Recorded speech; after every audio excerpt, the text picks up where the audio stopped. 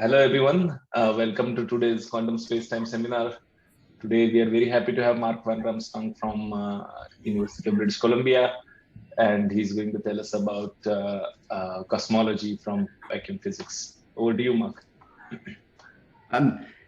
So thanks a lot for the invitation. I'm very happy to give this talk, and actually it's the first time I'm giving this particular talk, so I'm very interested in hearing any feedback that you have.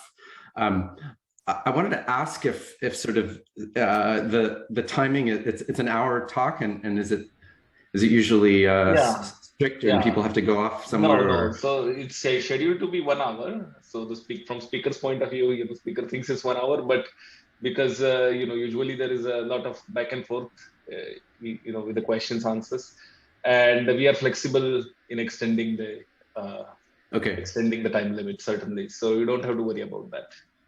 Okay, great. It's unusual for a talk to be less than 1.5 hours, Mark. And 2 hours is not unheard of. So. Okay, and so yeah, I mean, I really encourage you to ask questions and make any comments that you have. Okay, so I'll share the screen. Okay, and so I think maybe the title is slightly different than the one I gave. So the title is Cosmology from the Vacuum, and this is mostly work that I'm currently doing.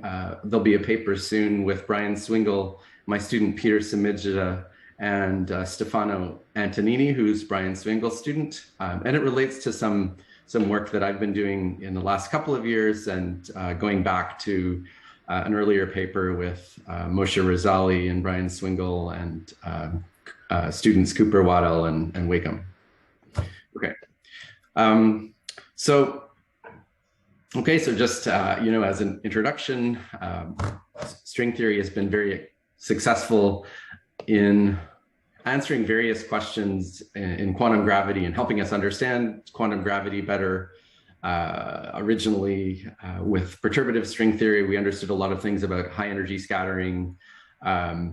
We've understood many things about black holes in string theory. And with ADS-CFT, we've come up with fully non-perturbative formulations of quantum gravitational physics, understood more things about black holes, and even surprising things about the emergence of space-time and gravitation, and recently connections with quantum information theory. But of course, one of the big reasons why we might want to understand quantum gravitational physics is perhaps to say something about cosmology. So to understand the Big Bang, or understand some microscopic framework for our universe as a whole. And so that's the question that I want to focus on in this talk. And so I want to actually bring up a possible misconception, or I think maybe this is a polite way of saying people have been focused on the wrong thing when they're talking about cosmology in the context of string theory. So I think the possible misconception is that string theory has had this great success with describing lambda less than 0 physics in ADS-CFT. We're very good at the case of negative cosmological constant, but our universe seems to have positive cosmological constant, or at least you hear this a lot. And I think this is a little bit misguided. And so let me just go back to the actual observations. So our observations are very consistent with the idea that we live in a flat FRW spacetime, and that the scale factor, of course, we know that the universe is expanding, and it's consistent with the fact that it's been expanding for a long time, since close to the Big Bang. And then we have these observations that presently the scale factor has a positive second derivative. It seems that the expansion is actually accelerating. So the scale factor as a function of time might look something like this. And so, if you just take that observation and ask, well, what does that imply for the matter in the universe? So you plug it into Einstein's equations, which give the Friedmann equation. And the fact that the scale factor is accelerating tells you that if your stress tensor takes the standard perfect fluid form, then 3p plus rho is less than 0. This is literally what that tells you. And so the simplest way to write down some kind of stress tensor that satisfies this would be to say that there's this positive cosmological constant. So if T mu nu is equal to positive lambda times G mu nu, then you find that this is true. But it's not the only way that you could satisfy this. And people have considered also this possibility that it's not just a cosmological constant, but rather there could be some potential energy for some scalar fields. And at the present time, the potential energy is greater than 0. Okay, and it doesn't have to be constant. You could, in principle, have some kind of time-dependent scalar. Okay. So the first one, it's kind of a special case of the second one. You can think of normally there would be some scalar fields in string theory or in general effective theories, and if they're just sort of constant, you can think of the cosmological constant as being the constant value of the scalar potential. Okay. So, if we're just trying to build up some kind of a model consistent with what we observe, then you might take the point of view that you should just consider the most general thing that's consistent with the symmetries of what we observe. And so if you wanted to take the most general background consistent with the symmetries of cosmology, then you would typically have time-dependent scalars, or at least they're sort of generic. It would be something that you might include in your effective action to describe the universe if you want to just start with some classical background and then add perturbations on top of that. And so this is a possibility. If it's true that this acceleration is due to a potential for some scalars, and if it's true that those scalars are time dependent, okay, then we have a picture like this where we have a potential, we have this tiny positive value currently for what the potential is, but I think in that case there's no particular reason why the actual cosmological constant would have to be positive. Okay, so in that case, if the scalars are descending on the potential, which they would naturally do according to the equations of motion for these scalars, then a reasonable possibility is that the potential at some time in the future will go negative, and it may well be that these scalars are heading towards some extremum which actually has a negative value of the potential. And we might even call that extremum the fundamental cosmological constant in the effective theory. And so that would be negative in this case. So I think in terms of the observations, it's sort of certainly possible that the sort of fundamental cosmological constant could actually take a negative value. And we're observing acceleration currently because some scalar fields have a positive value of their potential. Yeah. Okay, I see there's a question. Yeah, maybe I think someone else had their hand up before, but I have a question too. Go ahead. I think there's somebody else, Sanjana or something. Yeah. Hello. Yes. I think it's a naive question, but I wanted to ask if lambda greater than 0 is an observational like thing, or is it just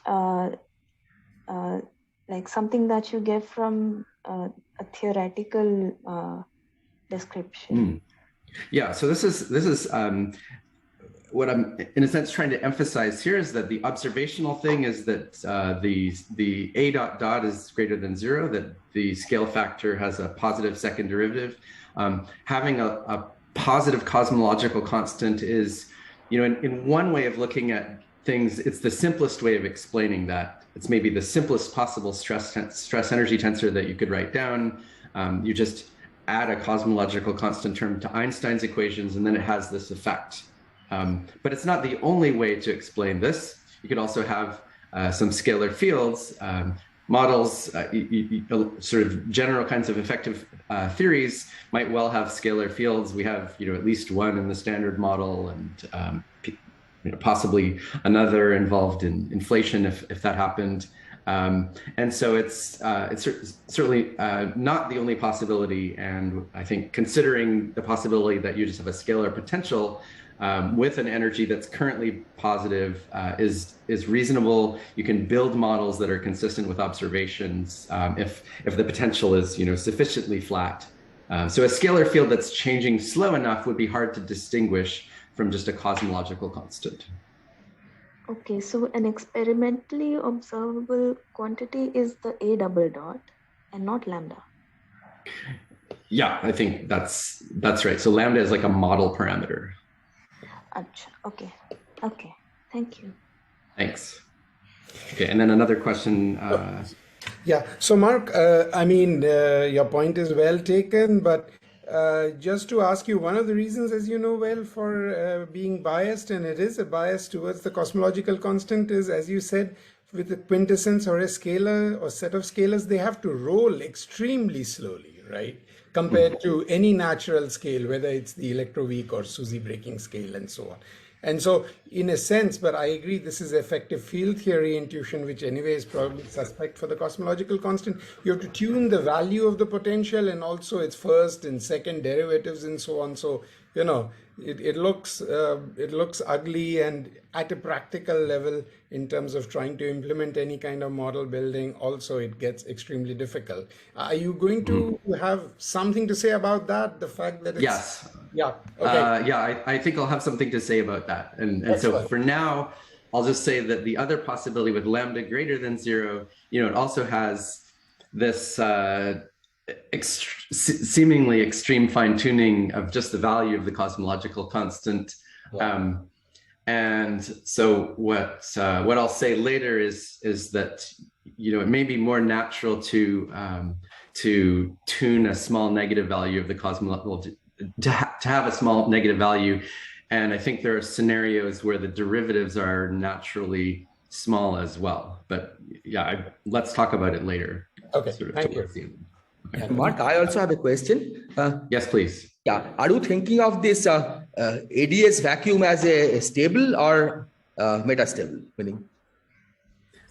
Yeah, so I'll say exactly what I'm thinking a bit later, but okay. I want to say somehow in the model that I'll present, underlying everything, there's going to be some kind of stable ADS vacuum. The role of that is not clear yet, but we'll get to it soon. Okay, thank you. One more question, Mark, if you don't mind. Yes. Yes. So does this mean that our universe may have a boundary? May have a boundary? Boundary, yes. Yeah. We'll also get to that, and that's not what I'll be saying. So I think I'm going to be assuming homogeneity and isotropy, and for the purposes of this talk, I'll assume a flat universe. So there won't be any boundary in real space. Okay. So anyway, so far it's just to say that this is a possibility. Could be that there's scalars. They have a positive potential now. We know they would be then, in that case, rolling down the potential, so their potential energy would be decreasing. And logically, it's certainly possible, since the value is so small right now, that later on in the history of the universe, perhaps it could be a negative value. Okay. And sorry, Mark, a prediction of this is that there is an effectively almost massless scalar somewhere around, right?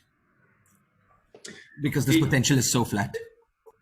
Yeah, so somehow in terms of the effective theory, there should, I guess people have looked into these models. It's something that I don't completely understand well, what the role of this thing in the effective theory, but so presumably you have to say it's in a different sector from the standard model or something. Yeah. But I think Shiraz is right. The mass, if I remember, will have to be of order 10 to the minus 33 or something EV. if I remember right, just from slow roll, second derivative of the potential. Mm. Yeah, so that's right. So very weakly coupled to our sector, you're right. Yeah, so it has to be so, not something that's going to be creating fifth forces all over the place. So presumably it has to be in a different sector. Okay. Okay, well, so the talk is supposed to be, can string theory describe cosmology? And so we've understood that for observations, we have these possibilities where the acceleration is because of a positive, tiny positive cosmological constant, or perhaps it's because of scalar fields with a potential. And in that case, well, there are really a few possibilities. It could be that it's rolling down to lambda greater than 0 still, or lambda equals 0, or lambda less than 0. And so maybe we can turn to theory and ask if there's one of these things that string theory would seem to prefer. And so maybe I'm going to focus on, say, the current manifestation of string theory. So I guess one comment I've already made that, a lot of the effective theories, the low energy supergravity theories that you would write down in string theory end up having plenty of scalar fields in the effective description. Another comment related to string theory is that, over the past 25 years, we have this beautiful microscopic understanding of lambda less than, at least a large class of spacetimes with lambda less than 0 using holography. And so we really can write down a consistent, non-perturbative mathematical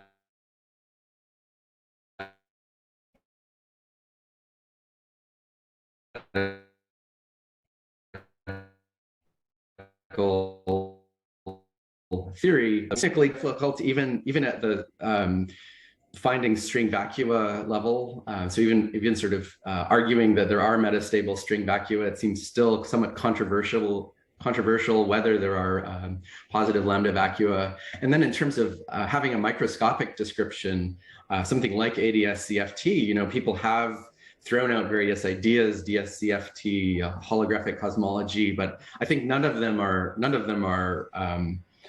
satisfying, at least to me, as a fully well-defined theory that has some dual like ADS-CFT.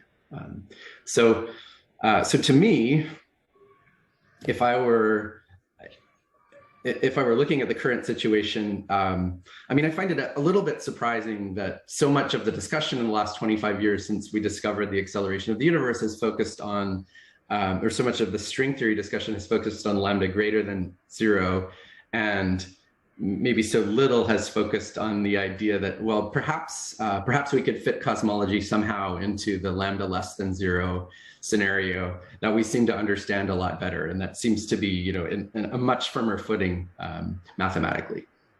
So, Mark, I have a question. So sorry yeah. to ask my previous question again. Isn't it true that if you have negative cosmological constant, the space-time has negative curvature? Or am I missing something in a very elementary way? Yeah, so these things can be separate. You can have a flat, or your spatial curvature could be flat, and you could have a negative cosmological constant. I'm about to remind you what that looks like. Okay. Yeah. Okay. Thanks. Okay. So this is the point of view I want to take in this talk. I want to say, well, we understand, many lambda less than 0 spacetimes, and we understand them completely in terms of microscopic definition. So just pure ADS is, in a sense, it's an example of a lambda less than 0 cosmology. It's homogeneous and isotropic. It just doesn't have any matter in it. And so we could just ask the question, well, if we could describe lambda less than 0 vacuum spacetimes, why can't we throw in a few photons, right? So not necessarily wanting to describe our universe, but if you just want to describe a cosmological spacetime, the simplest thing to do, starting from what we understand now, would be to ask, okay, how do I do ADS? But now I have 1 photon per, cubic light year or something. So that's already a cosmological space-time. And somehow, surprisingly, it's not just obvious how you can do that. And so the reason is, and what I think is the main challenge actually with describing cosmology and string theory, it's maybe not that lambda should be greater than 0. We've seen it could be less than 0. But all of these holographic models that we have, what they describe are spacetimes that are asymptotically empty. Okay, so we don't have an obvious way of putting uniform, homogeneous, and isotropic matter into the universe. We can put lots of interesting matter, black holes and gravitational waves and all sorts of things inside ADS, but it's always kind of in the middle of a space-time, and then that's asymptotically empty. I mean, that's related to the fact that our fundamental description of these things is based on some quantum field theory, and the quantum field theory can have lots of interesting states, but all of the finite energy states of the quantum field theory have the same UV behavior. So that kind of universal UV behavior of the quantum field theory state translates to the fact that out in the UV part of the geometry, it just looks the same in all of these states. Okay, so we can't just fill the universe with a homogeneous and isotropic matter, even one that's not dense. Okay. Alternatively, and this is exactly coming back to the question we just had, you could say, well, what does it look like in terms of the full space-time if I do have some kind of homogeneous and isotropic matter or radiation? And so actually these space-times, so typically the effect of that is that the negative cosmological constant together with the matter and the radiation will end up giving you some big bang, big crunch space-time. So the very simplest example, if I have lambda less than 0 and I assume flat cosmology and I add some radiation as well as the cosmological constant, then you get this simple, you actually get a nice analytic metric.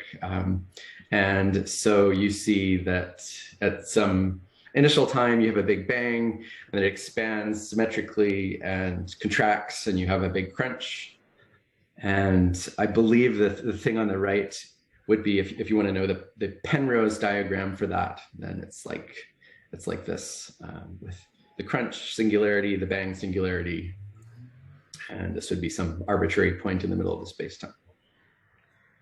Okay, so there's no boundary. So even though lambda is less than 0, there's not any asymptotically ADS boundary here anymore, and so in some sense, it seems like you hit this wall, and we don't know how to apply ADS CFT. Okay, but there's a bit of a hint of how we might make some progress here. So the hint is, if you take this space-time, and if I take the time coordinate and analytically continue, so just for a mathematical exercise, I decide to complexify the coordinates of that cosmology. Then I think, as pointed out by Moldacina and Maus some time ago, you actually end up, in many cases, actually most of the cases, or a lot of the cases, with a different space-time. And this space-time ends up having asymptotically ADS regions. So in terms of the original time, at imaginary values of the original time, plus and minus I infinity, then you have asymptotically ADS regions. Okay, so this is a geometry. This turns out to be true basically for any lambda less than 0 cosmology that has, so even if you have scalar fields and those have a vanishing time derivative at the place where the scale factor time derivative is 0, then you have some sort of time symmetry in your cosmology background, and the analytic continuation is a real geometry, and it has 2 asymptotically ADS regions.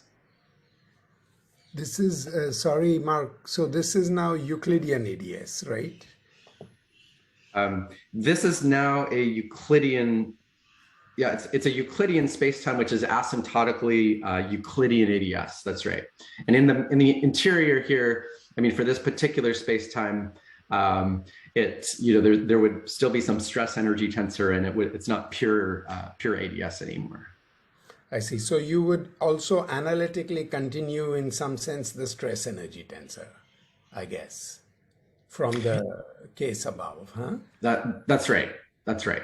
So I'm sort of, so far I'm just working with the metric and analytically continuing that, and noticing that space-time has, there's some kind of natural associated real Euclidean space-time, has these asymptotically ADS regions.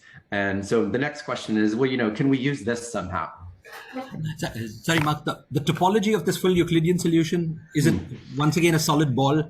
No. Euclidean ADS? Yeah. So it's I mean, just actually looking at the explicit metric is sort of clear. So it has these planar slices. The x coordinates are describing an R3, and then there's a direction perpendicular to the R3, and the scale factor in that direction, it goes to infinity for plus and minus tau.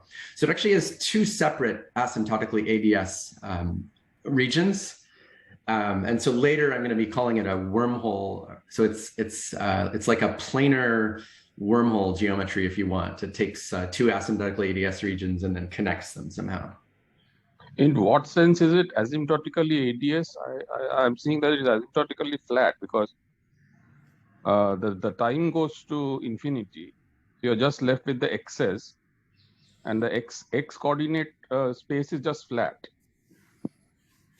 So if I have this Cauchy behavior, or if I have an exponential behavior of a coordinate going to infinity, if I replace this with an exponential, that would be one set of coordinates for pure ADS.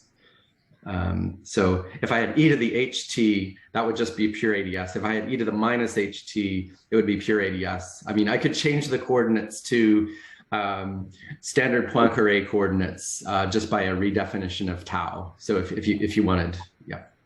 No, but at t equal to minus infinity or plus infinity, it's just a constant. The cos factor goes to a constant. I mean, the Cauchy is going to infinity at plus minus. They go to infinity, but they just become some constant scale factor at specifically infinity. They just become a constant scale factor, right? So I'm saying if you replace the Cauchy with just, let's look at 1/2, one asymptotic behavior, then Cauchy looks like e to the h tau. Yeah. And now what I'm going to do is define a new coordinate where e to the h tau is L squared over Z squared. Okay, and then in terms of the Z and the X coordinates, it would be Poincare ADS. I mean, you can check it. Yeah, it's not the usual coordinates maybe that we use for ADS, but. Sorry, Mark, just come. Okay, please go. So what I'm concerned about is at the boundary, yeah, you just have the x's. You don't have t, right? You don't have tau. I mean, the boundary is planar, so it's asymptotically ADS with a planar boundary geometry. So like Poincare ADS has a planar boundary. But the fact that it's ADS depends on. So if I didn't have the Cauchy, then it would be flat space with a boundary. But because of the Cauchy, it's a different geometry. No, the geometry. I think let's move on from this question. Maybe Somdatta, you can ask the speaker later if he. Yeah, I'd be happy to go through the transformations. Yeah. Sorry, yeah, Shiraz, you had one quick. Yeah. So up to a conformal transformation, ordinary Euclidean ADS is a solid ball with sort of after the conformal transformation with finite radius. So now what I understood you said is that this thing becomes like a cylinder. Well, for instance, if we were in ADS 5, would the topology be S4 times an interval, sort of finite interval, up to conformal transformation? Yeah, so I think so. So I think so. It's here. I just have the plane. I suppose if I conformally compactified the plane, then I would have two of those on. Yeah, and with a finite interval between these two S4s. Yeah, in conformal, that's right. In sort of some conformal coordinates, there would be some finite z direction between the two boundaries. Yeah. So it's almost a little bit like you've got this solid ball, and then you've eaten out another solid ball inside it. Mm. Right. So then you've got these two solid surfaces, and if you fill that up, yeah. Okay. Thank you. Yeah. I mean, it's just without the ball, it's like a slab. I mean, wormhole is too fancy. It's a slab of space. Yeah. Yeah. Thank you. Okay. Mark, I have probably a very naive question. If we take, please. say, a spatial slice of a normal global ADS and give the scalar some expectation value in some small region, okay, not over the whole slice, so that the potential is positive, that doesn't eventually evolve to something which looks like this here? So, yeah, I'm actually, okay, I'm also separately thinking about something like that. I mean, this is an interesting thing to do, actually a different approach to trying to do these lambda less than 0 cosmologies. But I mean, that would evolve. Still, it could, it probably depends on the boundary conditions. So it probably depends on what your potential looks like. I mean, because it's in ADS, then presumably the potential goes to negative. So the scalars will tend, if they're positive, say at some slice, then they'll sort of roll down. And actually, what can happen is that you could have a patch of your space-time that looks like one of these cosmologies I'm about to describe, and then from the outside it might actually look like a black hole. So the stuff in the middle with the scalars evolving and the space-time expanding and contracting, that could be like a patch of a cosmological space-time, and you could sort of think of it as being patched on the inside of a Schwarzschild black hole solution. And so from the outside, you would just see some high energy state. And but I think actually it's an interesting idea that I've been exploring separately about describing patches of cosmology inside ADS like that. Yeah, but I was going to say, going back all the way to work that Guth, etc. did, at least if you try naively to use shells and so on and create de Sitter in ADS, at least in my experience, often it ends up inside a black hole. Yes, indeed. I think it does end up inside a black hole. And actually, it seems to be, okay, this is sort of a diversion. It seems to be qualitatively different. Describing an actual patch of de Sitter inside ADS, you run into some puzzles, and there was previous attempts to describe this, and it's not clear whether it's a real state of your CFT. I think for these lambda less than 0 cosmologies, it's got more chance of succeeding. But maybe I'm going to not focus on that for this talk. I'll try to stick with homogeneous and isotropic rather than embedding a patch of cosmology in ADS. Yeah. Okay. So just quick summary. We thought about adding matter, homogeneous and isotropic matter, to a negative cosmological constant space-time. What that normally does is give you a big crunch space-time. It doesn't have any asymptotically ADS regions, but if you analytically continue the time coordinate, then actually you get a space-time with 2 asymptotically ADS regions on either end of the imaginary time axis. Mark, one small question. What is the isometry of this resulting Euclidean space?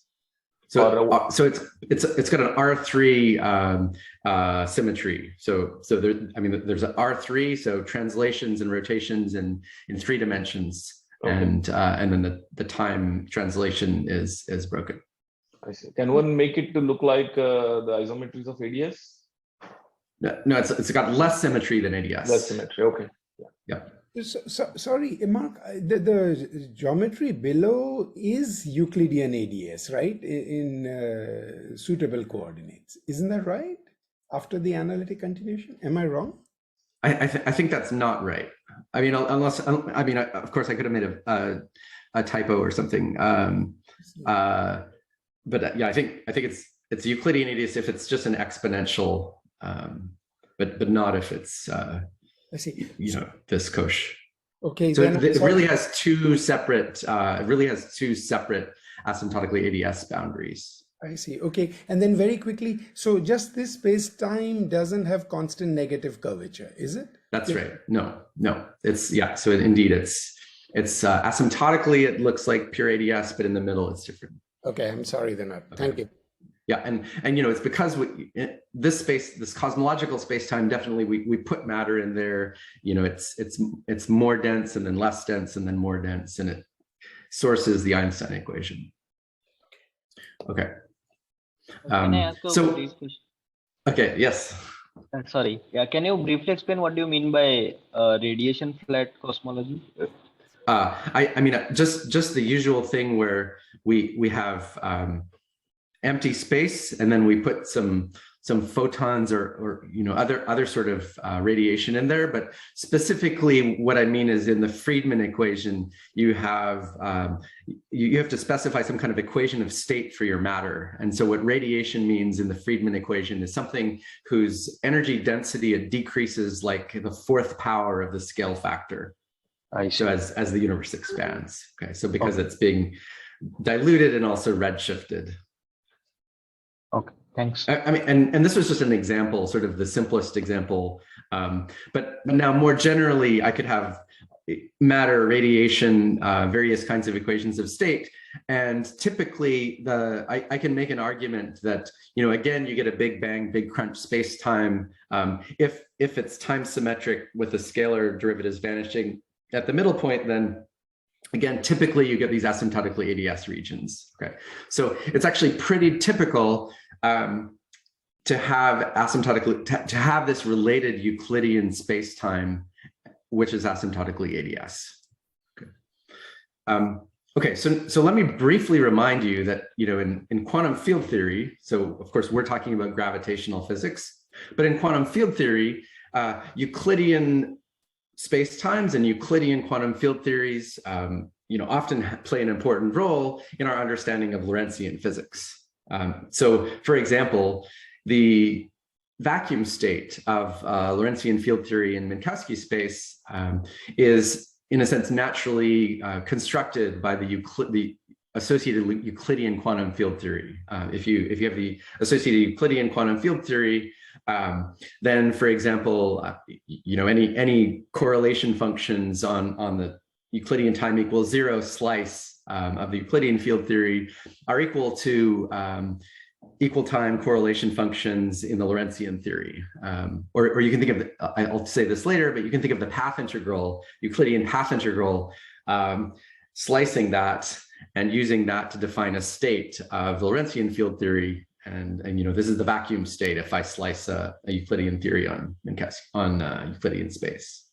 Okay, so Euclidean theories and more generally, Euclidean theories on analytically continued spacetimes could often be used to define a natural state of the Lorentzian theory in other situations. In a black hole, in a black hole space-time, we often think about describing a natural state of a quantum field theory in a black hole space-time by considering the Euclidean field theory on the associated Euclidean space-time that has a periodic Euclidean time.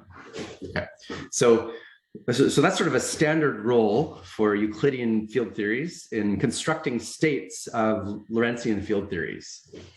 And so this sort of suggests the path that I'm going to take forward, which is that, well, number one, these asymptotically ADS regions in the Euclidean space-time that we just saw suggests that maybe at least for that Euclidean theory, we could come up with a holographic description.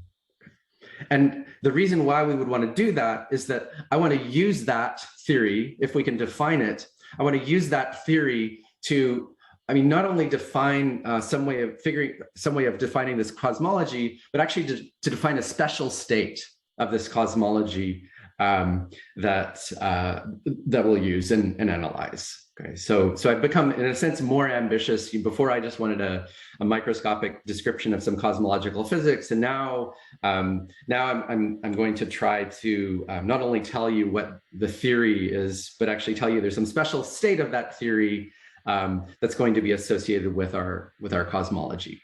Okay, so I might not be able to describe all possible states, but it's interesting that there's going to be like actually a special state associated with this background spacetime.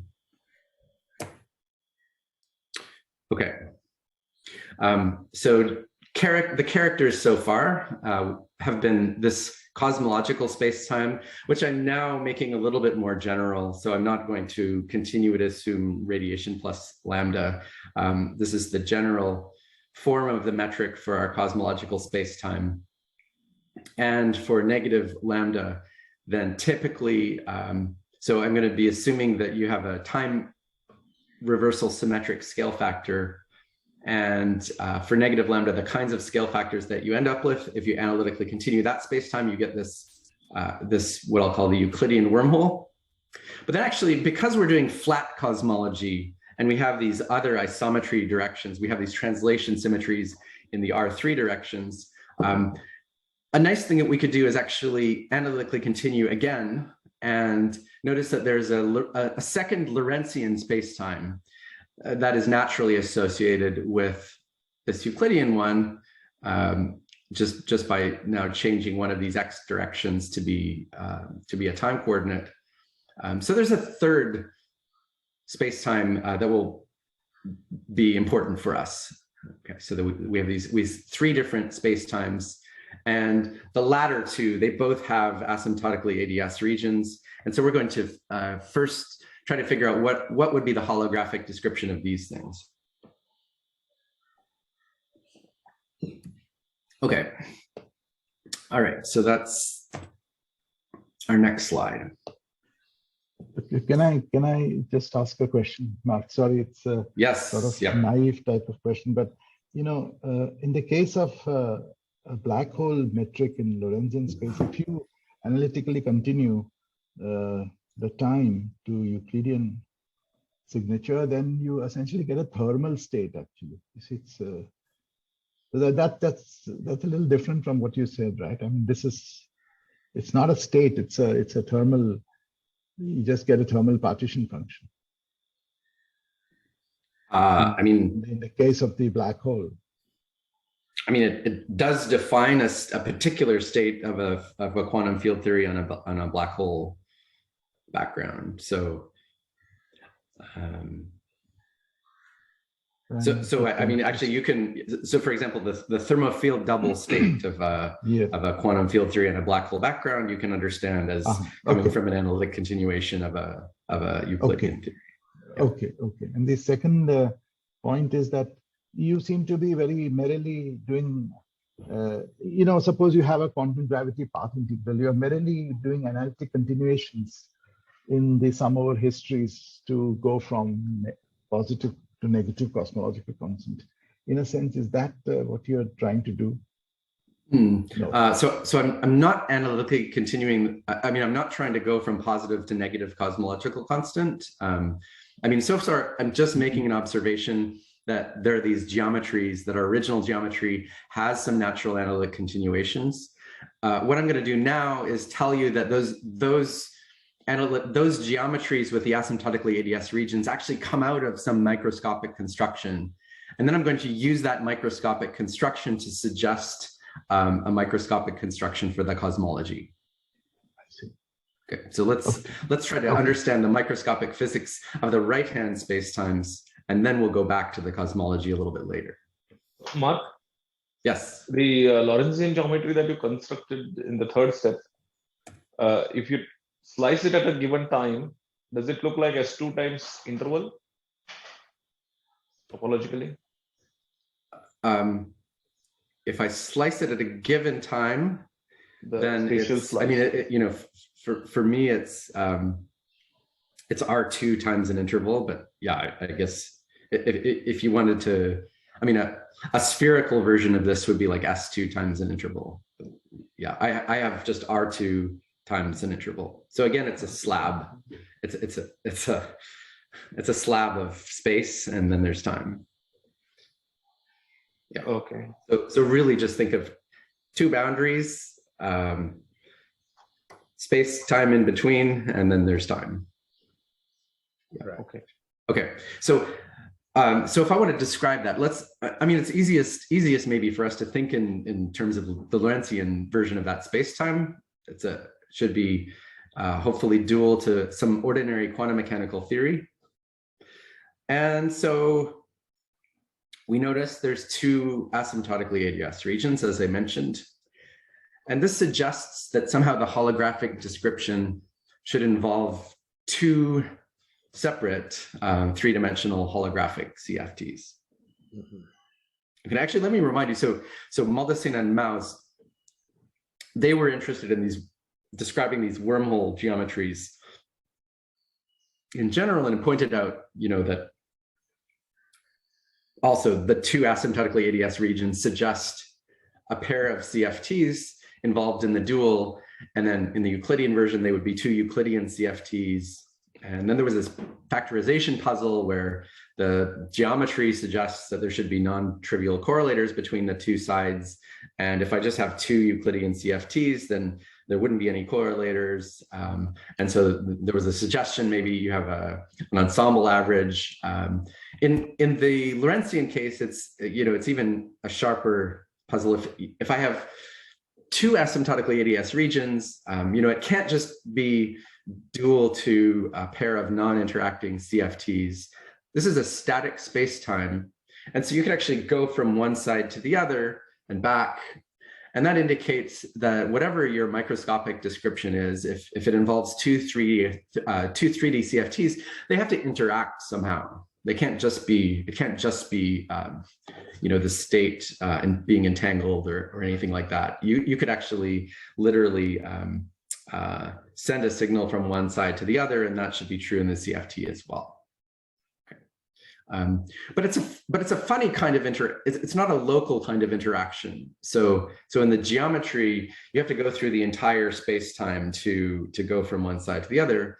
And so this suggests that even though these 3D CFTs must be interacting somehow, it should be in a sense kind of a non-local interaction.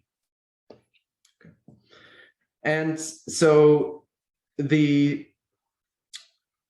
suggestion, and I guess this is maybe the one place in the talk where it's just an idea. I will claim that the idea for how these things could interact that I'm going to suggest, it's really the only possibility that's consistent with just a local quantum field theory construction.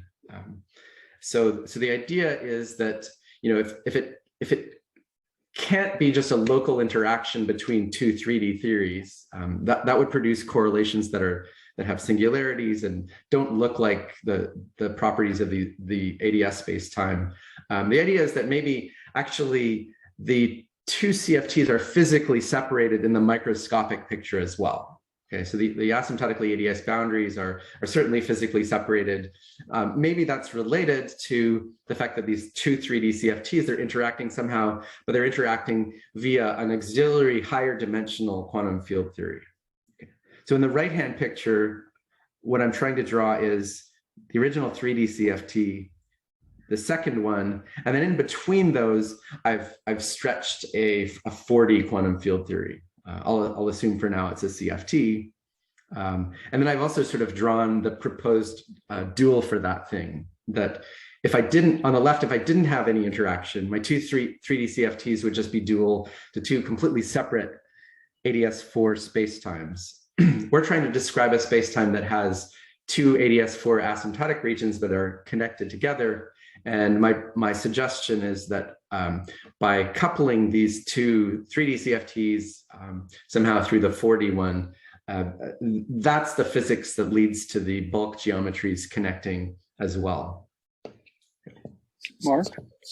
Yes. I'm a little surprised by that. Why don't you more follow the lead of the thermofield double, where it's actually just entanglement of the two CFT states that is dual to the wormhole geometry? Great. So, so indeed, the thermofield double is a great example where you have two completely separate field theories, you entangle the states, and you can connect the geometry. Okay, but that geometry, while connected, is not traversable. So you're not able to send a signal from one asymptotic boundary to the other. It goes into the black hole, hits the singularity. If I can actually send a signal from one boundary to the other, that means I could perturb one field theory and then measure the effect of that in the other field theory. That's only possible if the CFTs are actually interacting. And so here, okay, you know, I think this, yeah.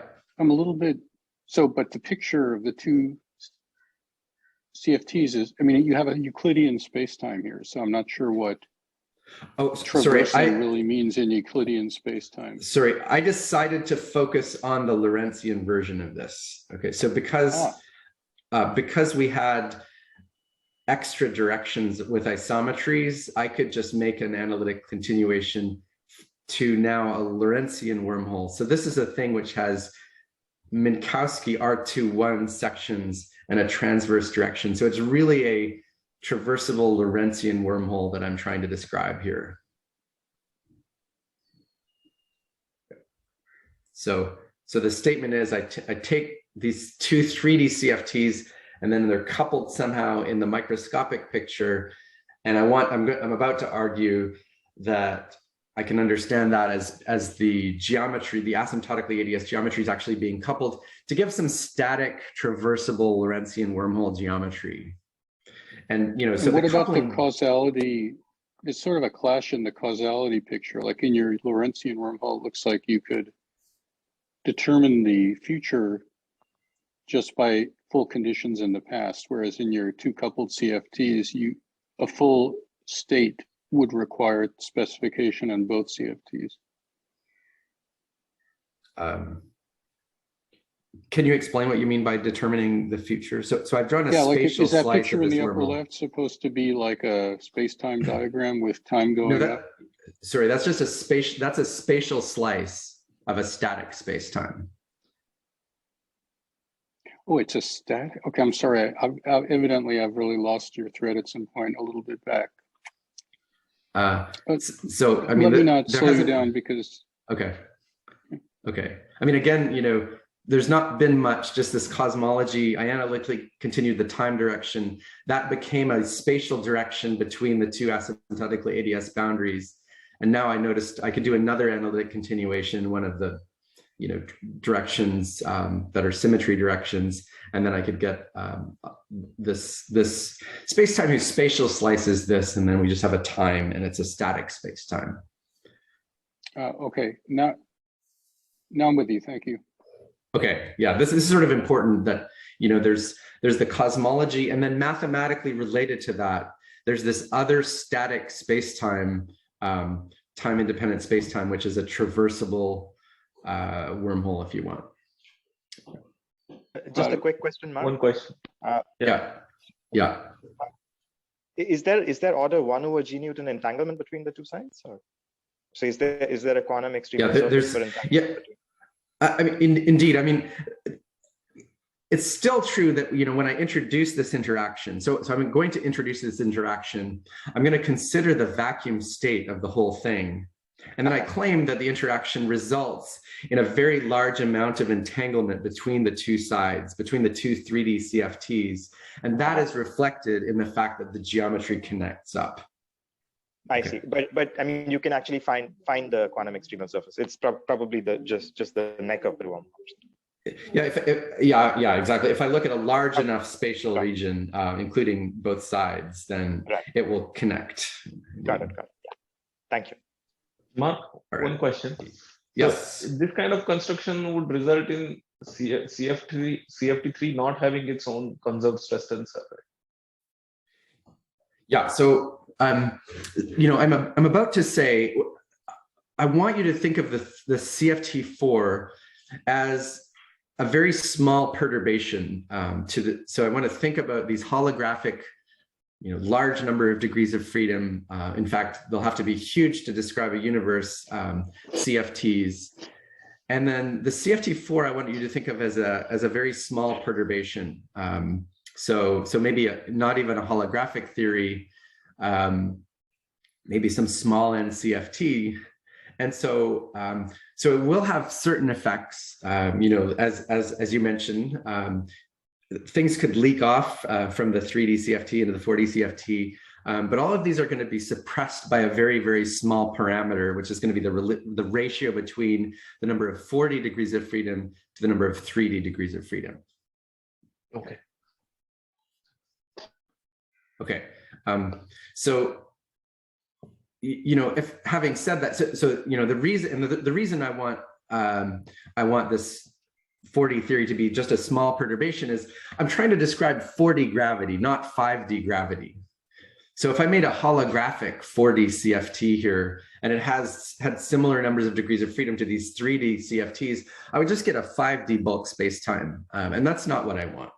So the 4D CFT here, it's ideally some small n theory. It induces this interaction between the two sides. And what I want to argue is it sort of starts off some kind of long RG flow from the field theory point of view that ends up in, having all of this entanglement into the vacuum state, ends up giving you a theory which is overall confining in the infrared. Okay, I'm going to say that more in a minute. Okay, so let me give you some string theory motivation for why you should believe that these two sides actually connect up in the bulk.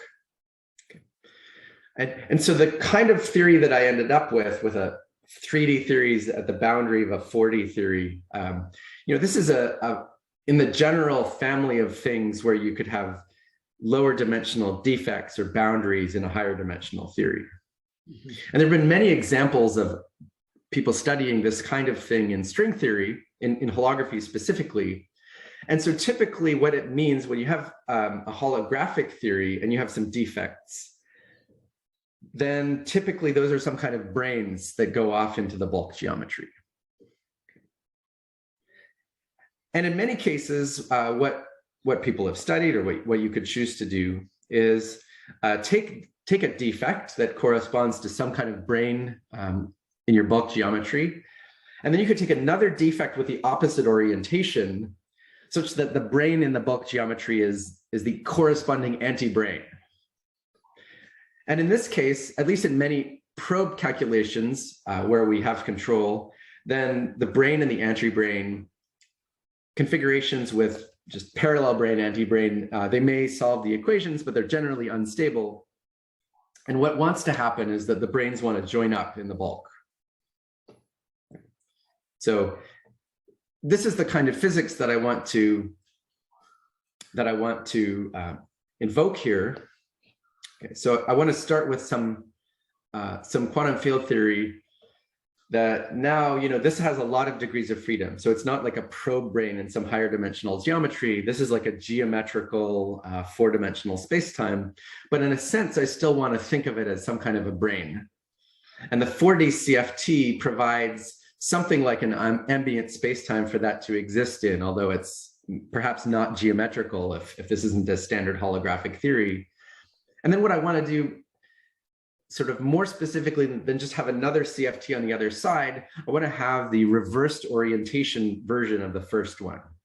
Okay. And often in microscopic examples, these would be super conformal theories, and it would be dual to some 4D supergravity theory.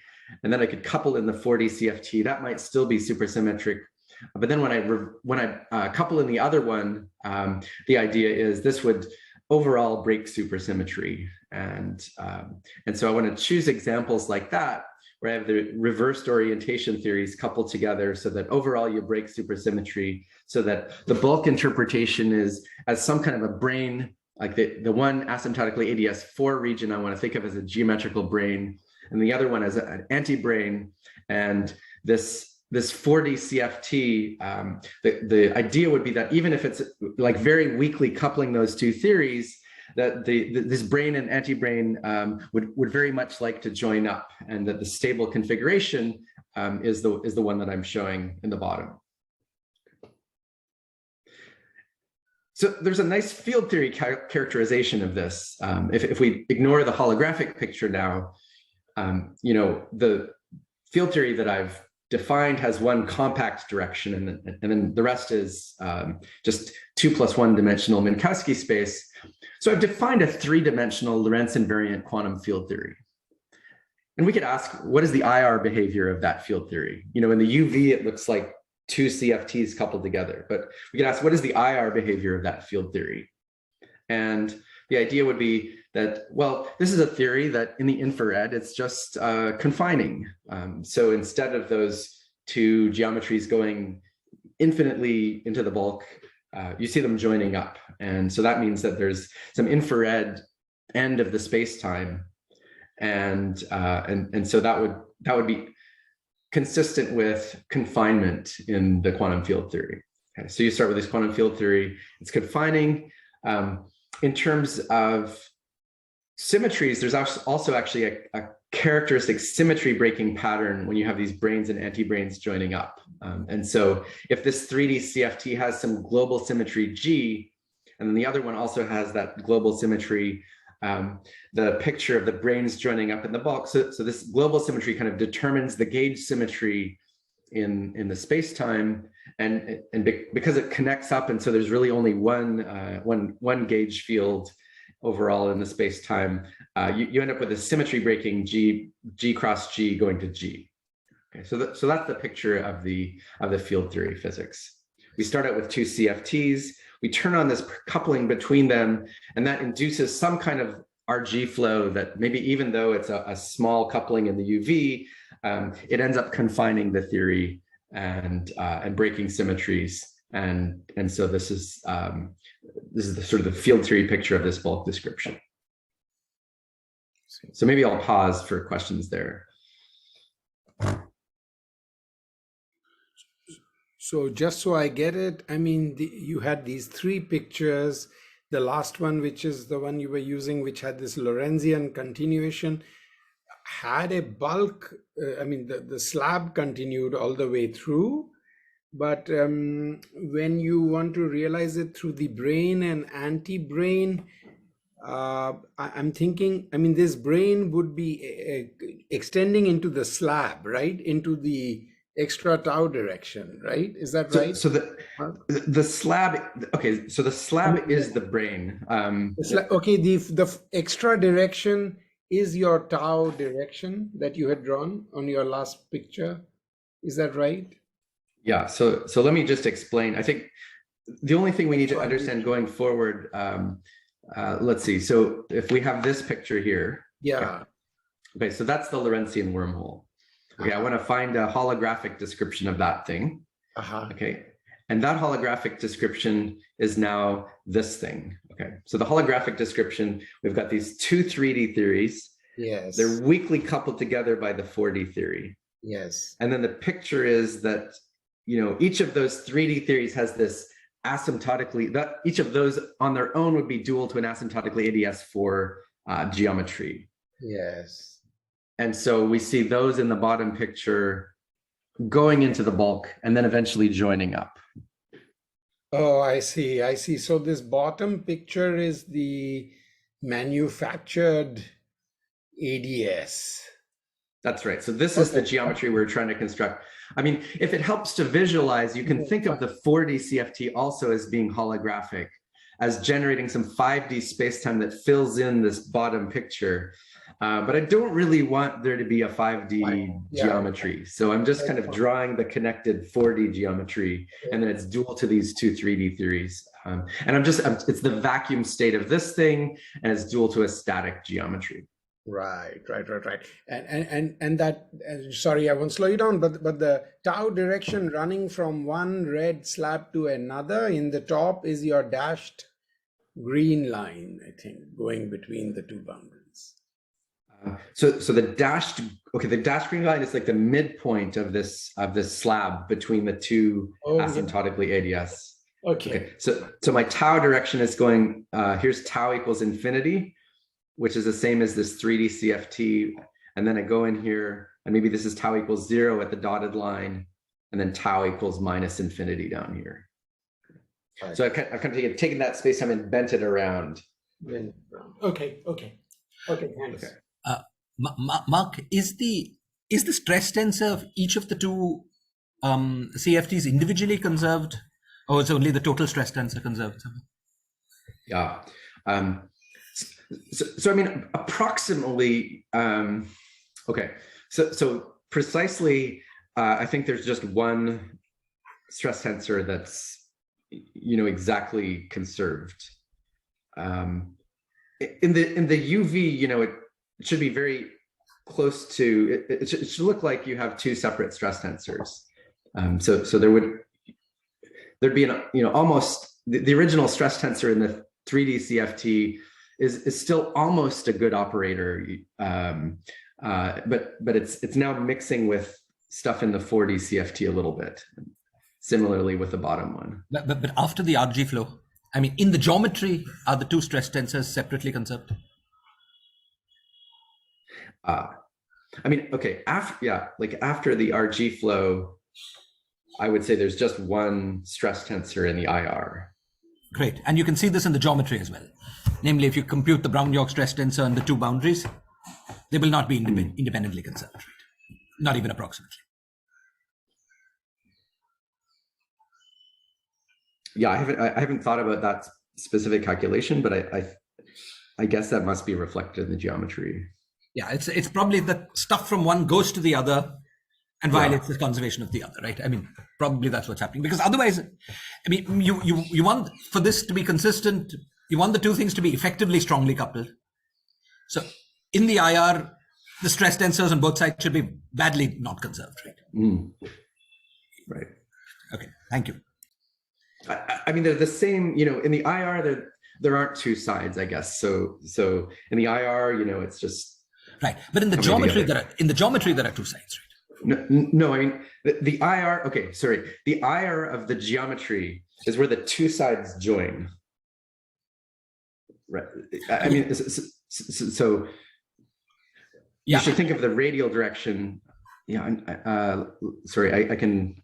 I just need to find the drawing. I think I understand what you're saying. But what I meant was that over long times on the boundaries, the stress tensor individually should not be conserved, right? Yes, absolutely. So that's something you can figure out by just looking at some equation at the boundaries. You don't need to go inside. And it should be that those stress tensors which defined at the two boundaries are individually badly non-conserved. At least if you look for solutions that extend over long times. Yeah, but because of this just connection, because one causal interaction. Yeah. I think that sounds right. Yeah, thank you. Okay. Just one quick question, Mark.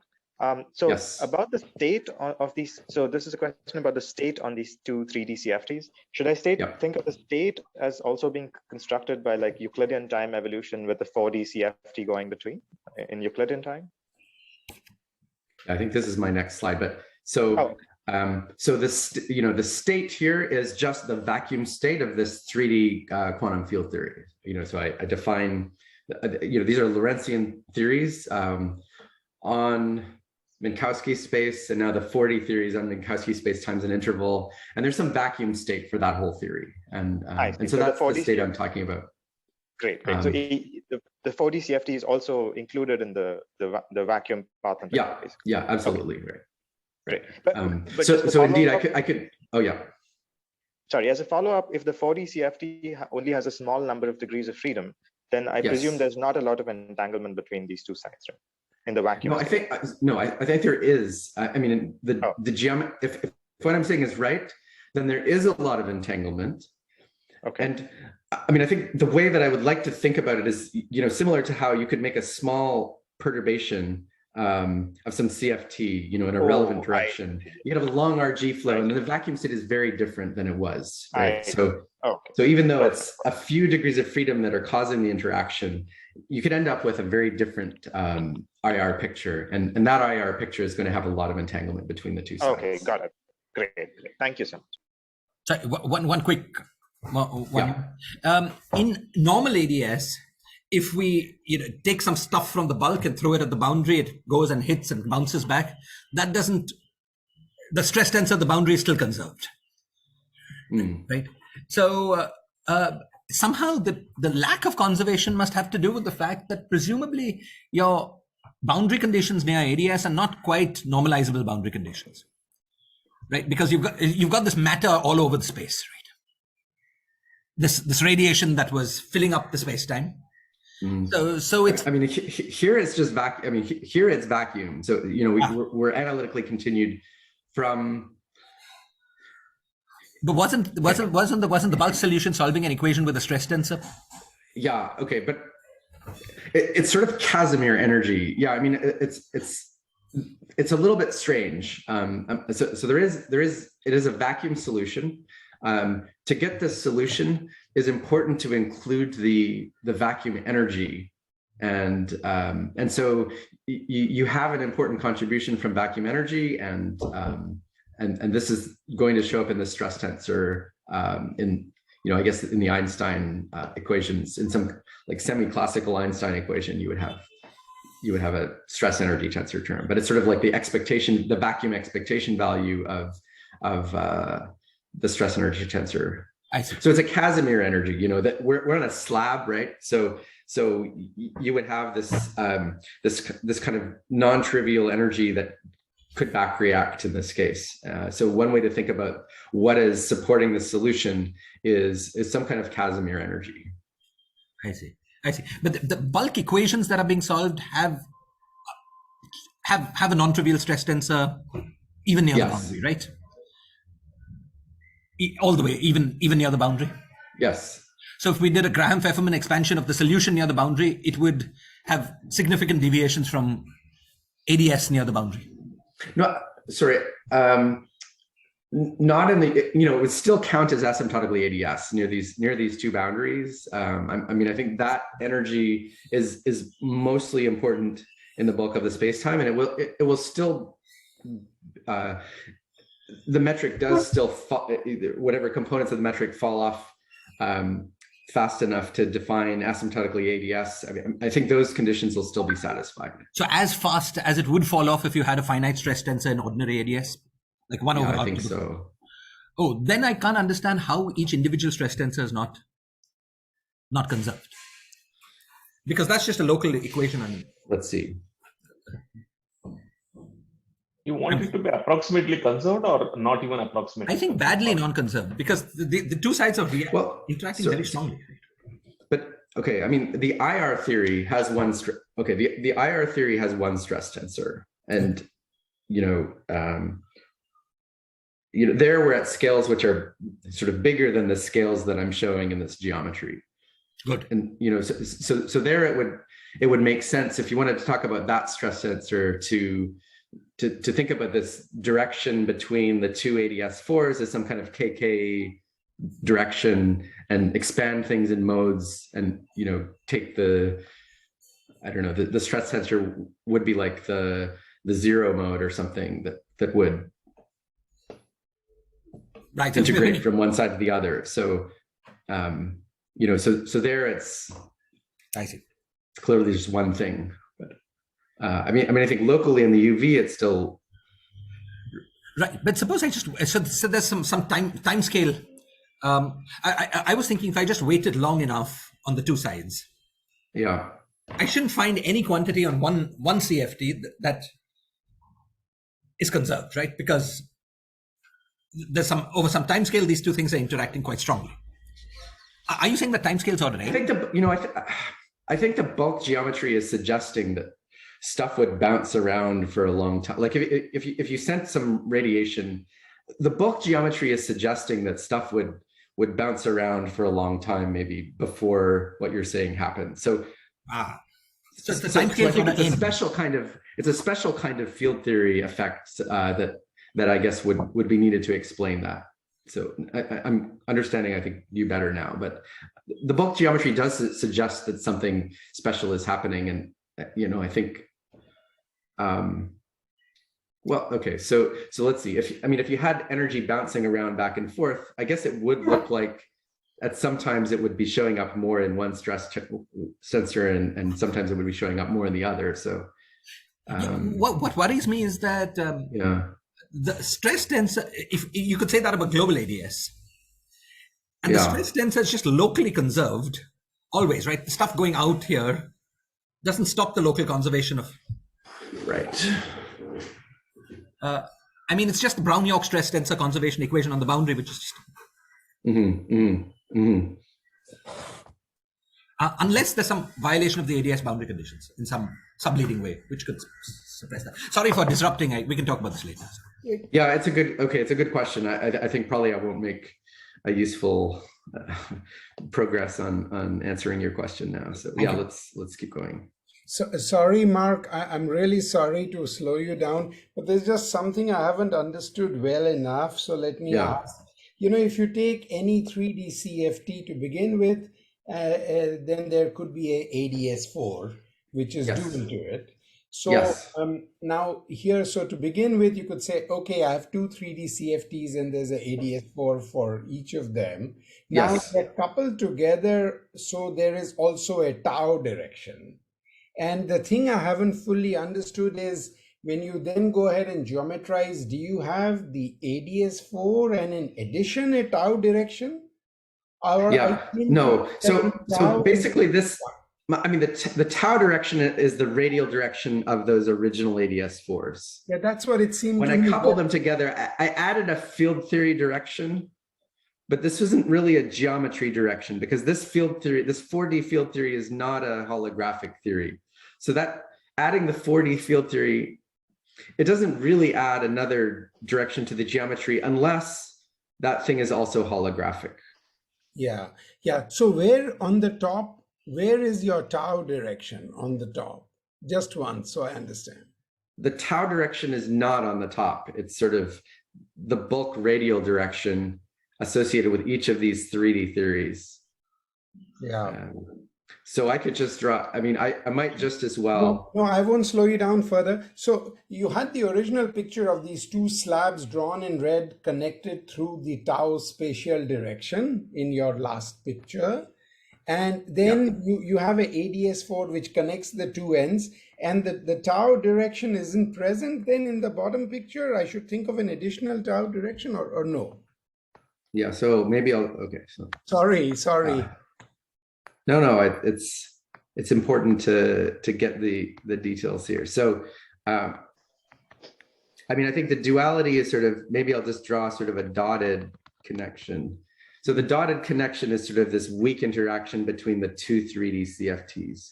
In terms of holographic field theories, I have 3D CFT1, 3D CFT2, and then I have ADS boundary 1, and ADS boundary 2. I see. And this is the middle, this is the tau direction. And so this dotted line is the, I'm arranging this interaction through the field theories, through the 4D field theory. But that 4D field theory is not really a holographic field theory. And so it's not useful to try to interpret its spatial direction in the geometry. Okay. All right. So you just said from the last diagram, I just take the fact that you have two asymptotic regions corresponding to two CFTs. There's some interaction, but I don't think of it geometrically anymore. Although in that picture, there was a tau direction, I don't think of it. And I just then construct a dual holographic ADS representation of these two CFTs interacting, if I understand. Right. Okay. All right. Thank you. Sorry to slow you down. Mark, one question. Yep. So, one measure of non-conservation of the stress tensor is the anomalous dimension that it would develop in a single copy, right? So presumably you have a stress tensor, before these start interacting, you have stress tensor in CFT1, stress tensor in CFT2, both are individually conserved. But as soon as they become boundaries of this 4D CFT, the diagonal combination will be conserved, while the other combination, if you diagonalize the dimension, would have some anomalous dimension. Is this correct? And you want that anomalous dimension to be small because, I mean, you talked about how 4D CFT has very less number of degrees of freedom, and that condition was necessary to make that anomalous dimension smaller. I think the anomalous dimension is sort of relevant to the UV or close to the UV. I mean, it's a theory which is very, very different in the IR than in the UV. No, I'm not even talking about IR description. I'm just talking about just the UV description of these 3D CFTs. My question is, you talked about how 4D CFT has less number of degrees of freedom compared to 3D CFT. Right. Why do you need that constraint? Okay. Why do you need that constraint? Yeah, because I want the physics, I want the UV physics to be in the bulk to be 4D gravity or some small perturbation of that. If the 4D theory had a lot of degrees of freedom, then the bulk physics would be basically 5D gravity and some some end of the world brane or boundary or something. So I want in the UV I want to have a small perturbation so that at least I understand the space-time as it's if this is true, if it's a small perturbation in the UV, then I will certainly have two asymptotically ADS regions. Okay. Right. So short distance correlators in the top CFT will be almost just like in the CFT alone, and so the correlators that I would use to deduce the dual geometry, they'll tell me that the asymptotic geometry is ADS4 or very close to ADS4. Same thing with the other ones. And then if I start looking at very long distance correlators, then I'll find significant differences from ADS4. Mm-hmm. Okay. So in microscopic CFT description, the stress tensor operator, I should just think of this as a 4D stress tensor operator, I guess. Is that correct? The 4D CFT stress tensor? Because that is the only one that is locally conserved, right? So sorry, we have before I couple them, I have two 3D CFT stress tensors. And then in the infrared, I have, in the end, I have an overall some 3D infrared stress tensor. Okay, fine. Okay, thank you. So just one last question along these lines, Mark. Okay. If your perturbation was order 1/n, wouldn't you need to flow for RG times of order log n in order to make the thing strongly coupled? And so shouldn't we be able to see that though these two geometries are connected, it's over a very long distance, somehow involving n? Or is this a misguided question?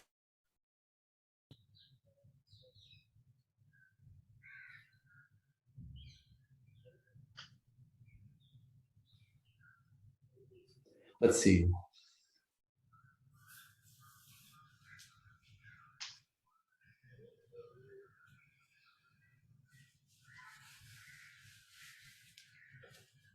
Okay, yeah.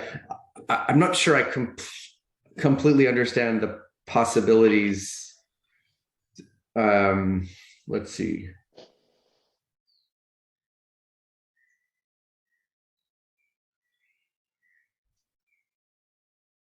Okay, I guess I'm not sure it has to be logarithmic. Okay, thank you. Yeah.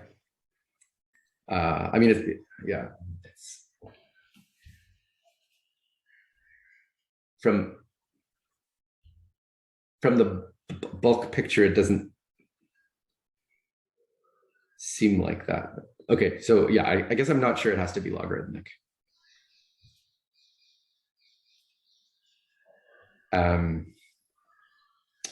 Okay, well, yeah, we should press forward.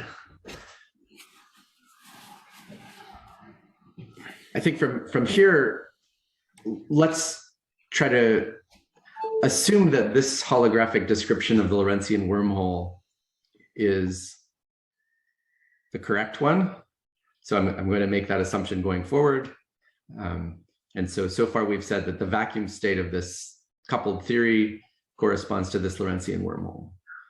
And as I said before, we could also think of the Euclidean wormhole. And so it's natural to say, okay, well, that thing is going to be dual to the Euclidean version of this same theory. Okay, so I could take these on R3 instead of Minkowski space. So there's a Euclidean version of the same theory.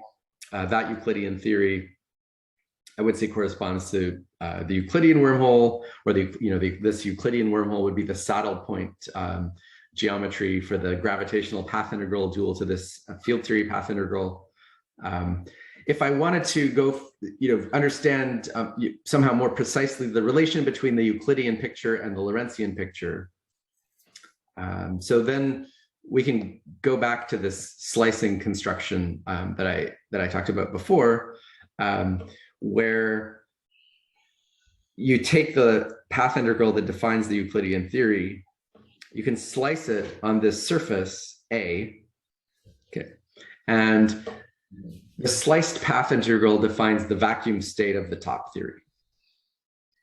So, but what I mean by that is you define a wave functional. So this A slice goes through the 3D theory and the 4D theory and the 3D theory. And I can define a state of the degrees of freedom on A. And the state is defined to be the Euclidean path integral on the lower half here, with a boundary condition that the fields on the slice A are equal to phi 0, the argument of the path integral, the argument of the wave functional. Okay, so this is defining a wave functional for these fields on this slice, and you can think of that as defining the vacuum state of this top theory. Okay, so that would be. Sorry, just to understand, in your top left-hand side diagram, time is running vertically in R2, 1, just to understand. Yeah, let's say let's say it's running vertically, right? It's it's one of the vertical direction kind of captures the entire Minkowski space, but let's have a time direction and say it's running vertically. And so now we can think of the next picture as the vertical direction is Euclidean time. Yeah. And so we're gonna, sometimes this is described as slicing the Euclidean thing and patching it onto a Lorentzian solution. Okay, so we're using the bottom half of this path integral to generate the state, and then we evolve it with the Lorentzian time, and that gives the top picture. Okay, that's what I thought. Okay, thanks. Good. Okay. Mark, one question. Yes. What kind of unitarity condition this 3D CFT should satisfy? I mean, I want it to be a normal unitary 3D CFT that has a normal holographic dual description. But is it clear that that the kind of construction you have, the unitarity, I mean, presumably all this unitarity has to map to the unitary evolution of the universe, right? No. Yeah, so that I think is not clear, and I'll comment on that later. So yeah, we're about to get to the universe, but so far we're in some other kind of auxiliary Lorentzian system that has some relation to the cosmological physics that I'm about to tell you. Okay. Okay. Yeah. I should say that in the top picture, there's examples of the top picture where the 4D theory could be n equals 4 supersymmetric Yang-Mills theory. And then these 3D theories would be theories that I get by having the 3 branes intersect with some D5s and NS5 branes. This Gauss-Witten type 3D theory. Exactly, yeah, Gauss-Witten theories.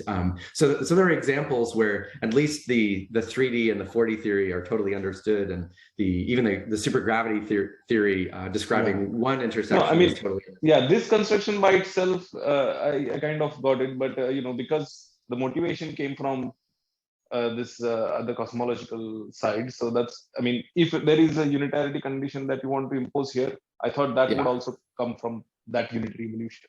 Yeah, that's why I was think asking it's far less clear that the cosmology evolution will be, I mean, unitary in the standard sense, but in effective field theory, it should be. Okay, so remember, our goal. So here we have one Euclidean spacetime. We have a Lorentzian spacetime related by analytic continuation. And what we're saying is that the precise way to relate the physical theories is to say that you could take this Euclidean theory, slice the path integral. That defines a state of a Lorentzian theory, and that state is dual to this other spacetime. Okay, so that is what I want to do for the cosmology now. Okay, the cosmology is also an analytic continuation of this same Euclidean spacetime. And so I'm going to try to define the state of the cosmology in the same way. Okay, except it's a different direction that we're analytically continuing.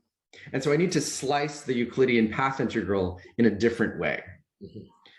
And the slicing, because I'm trying to analytically continue the time direction, or the tau direction, the slicing I need is the one that is midway through these two, between the two asymptotically, or between the two 3D CFTs. Okay. So I can slice that and use that half path integral to define a state, and I claim this state is the thing that's going to be dual to the cosmology. But the answer is weird. Okay, so what is the state that we get? So the weird thing is this other slice that's suggested by the symmetries, it actually only goes through the 4D theory. It doesn't, the 3D theory is still there in the Euclidean path integral, but it's somewhere in the Euclidean past. And so it's coming up in an important way in generating some state of the 4D theory. Okay, so it shows up here in this Euclidean path integral that I'm using to define the wave functional for the 4D fields. But the 3D holographic theory, it's not part of our physical degrees of freedom anymore. Okay, so the claim is that this particular special state of a 4D small n CFT is somehow dual to this cosmological spacetime. Okay, so that sounds very weird, and let me try to motivate it a little bit. So again, here's the proposal. I'm writing this path integral in a little bit more detail. So the Euclidean path integral that defines the state has the 3D Euclidean CFT in it, an integral over those fields. They're interacting with the 4D fields. You can consider all field configurations weighted by the Euclidean action and assume a boundary condition here as phi 0. That gives you the wave functional. Okay. So it's definitely not the vacuum state of this 4D theory. It is, in general, some kind of very complicated high energy state of the 4D CFT. And then the weird thing is that this 4D CFT, we thought it wasn't a holographic theory. So to understand this, it's useful temporarily to think about the case where the 4D CFT would be holographic. So let's say it does have enough degrees of freedom, it has a gravity dual. And then we would say, okay, a high energy complicated state of a 4D CFT, that would be dual to something that looks like a planar black hole, or something that would at least settle down to a planar black hole. And so where would the cosmology be then? So the claim would be that this 4D cosmology, it's somewhere like behind the horizon of this planar black hole. So that would be the holographic picture. If the 4D theory is holographic, you'd have a 5D space-time. It would look like a black hole. You'd have your 4D physics there behind the horizon. But now what the discussion up until now is suggesting is that even if the 4D theory is not holographic, if you use this 3D holographic theory in the process of constructing the state, then somehow this 4D theory is still describing, encoding a 4D cosmological space-time, which is just not really connected, doesn't have a boundary. There's no boundary in the 4D space-time that connects it to the 4D CFT. It's separated somehow. And I think it's a lot like this, these recent discussions of islands, or how black hole radiation can encode the physics of black hole interiors. I think it's the same physics as that you could have some kind of auxiliary non-holographic system capturing the Hawking radiation of an evaporating black hole. And then after some time, that Hawking radiation system could actually be encoding the black hole interior, even though it's, number one, not necessarily holographic, and number two, physically separated. I have one question. Yes. The state you have created, will it depend on the boundary conditions of this 3D CFT? Yeah. So it will depend on basically our choice of 3D CFT. So we could have more or less degrees of freedom, and in the supersymmetric context, we could choose what the global symmetry group of this 3D CFT is. in the Guyata-Witten examples where the 4D theory is n equals 4 supersymmetric Yang-Mills theory, then there's really an infinite, class of 3D theories we could choose from. They all preserve supersymmetry if you just have one of them, and you could get almost any global symmetry group. So those are the things that our state will depend on. So the cosmology will ultimately depend, really just on this choice of 3D CFT and 4D CFT, and then you get a particular state. No, I meant apart from that, while doing the path integral, will you put some boundary conditions on the 3D CFT? Well, the 3D CFT is on R3. I mean, there's no boundary on that space. So no, I mean usually tau equals to minus infinity. So you are doing the path integral from. So we're doing the path integral from, say, the Euclidean path integral from, this is like, say, tau equals 0. Yeah. To tau equals minus tau 0. And so the 4D fields interact with the 3D fields at this surface. So in a sense, we're specifying the boundary physics of the 4D fields at tau equals minus tau 0, and we're saying that actually it's not just a simple boundary condition for the 4D fields. They're really interacting with some very complicated 3-dimensional CFT with many degrees of freedom. I see. Okay, thanks. And yeah, so this is preparing like a very, very special kind of black hole microstate, if you want, and then the physics of this cosmology is behind the horizon. Just to quickly go back to this question about time and unitarity, you can see that in some sense the cosmological time over here, it's not really in a sense connected at all to the time in the dual description. The time in this quantum field theory is perhaps most naturally associated with the Schwarzschild time in the black hole exterior. So the time in the cosmology, I would say it's completely emergent. If you have even the state of the cosmology at time equals 0, it's understood maybe that should actually encode a space-time region of the one I'm shading. So maybe just the state at some time 0 would encode the entire cosmology. If I change the Hamiltonian, the quantum mechanics at some later time, that won't have any effect at all on the cosmology. So you can see the time evolution in the quantum mechanics really is a completely separate thing from the time evolution in the cosmology. And so it's interesting because you can't really say, oh, it's a unitary quantum evolution in the dual theory, so cosmology should correspond to a unitary time evolution. It's just not, that I think is just not true. So I don't know if it's an interesting question whether you should think of the cosmological evolution as being unitary or not. Maybe at least in the effective theory description, it looks like it should be, but it's not so clear.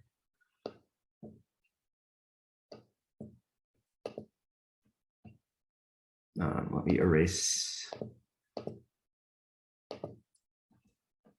So just to confirm also this Guyata-Witten kind of example, that by itself will not suffice, right? I mean, you would need to attach some glue on top of it, some additional high number of degrees of freedom, which live in 3D itself, and make it interact with the encode 4 somehow. No. I mean, the Guyata-Witten examples, some of those have you can have an arbitrary large number of degrees of freedom in the Guyata-Witten 3D theories. So just some examples of theirs will suffice for this construction, and the different thing is you need to have the reflection symmetric copy of that 3D theory. Yeah, I mean, so in fact, I think there's even some type 2b supergravity calculation that you could do where you know exactly what the boundary behavior of the theory is, and then you could try to check if the solution connects up in the interior. Okay, thanks. Okay. Okay, so let me come to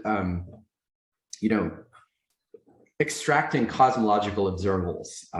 How do we learn about the cosmology that's predicted by this construction if it works? And so if you look at this picture I just drew, so we have this very complex high energy state of the 4DS CFT, and in a sense, it's like the cosmology is behind the horizon of some black hole. So actually, that almost looks hopeless for extracting, to doing some CFT calculation to get an understanding of the cosmological physics.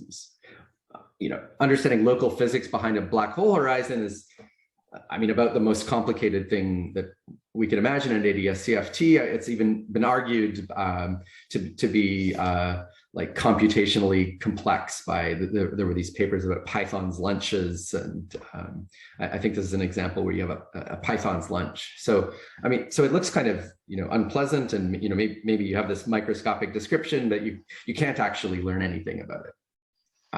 But in fact, the story is far better, and that is because we have this auxiliary space-time that's much simpler. Okay, so remember, we have our three space-times. We have the cosmology, then there's the Euclidean space-time, and there's the Lorentzian wormhole space-time. And because it's the same Euclidean theory, it's the same fundamental Euclidean path integral that's giving rise to the cosmology and to the other like static space-time.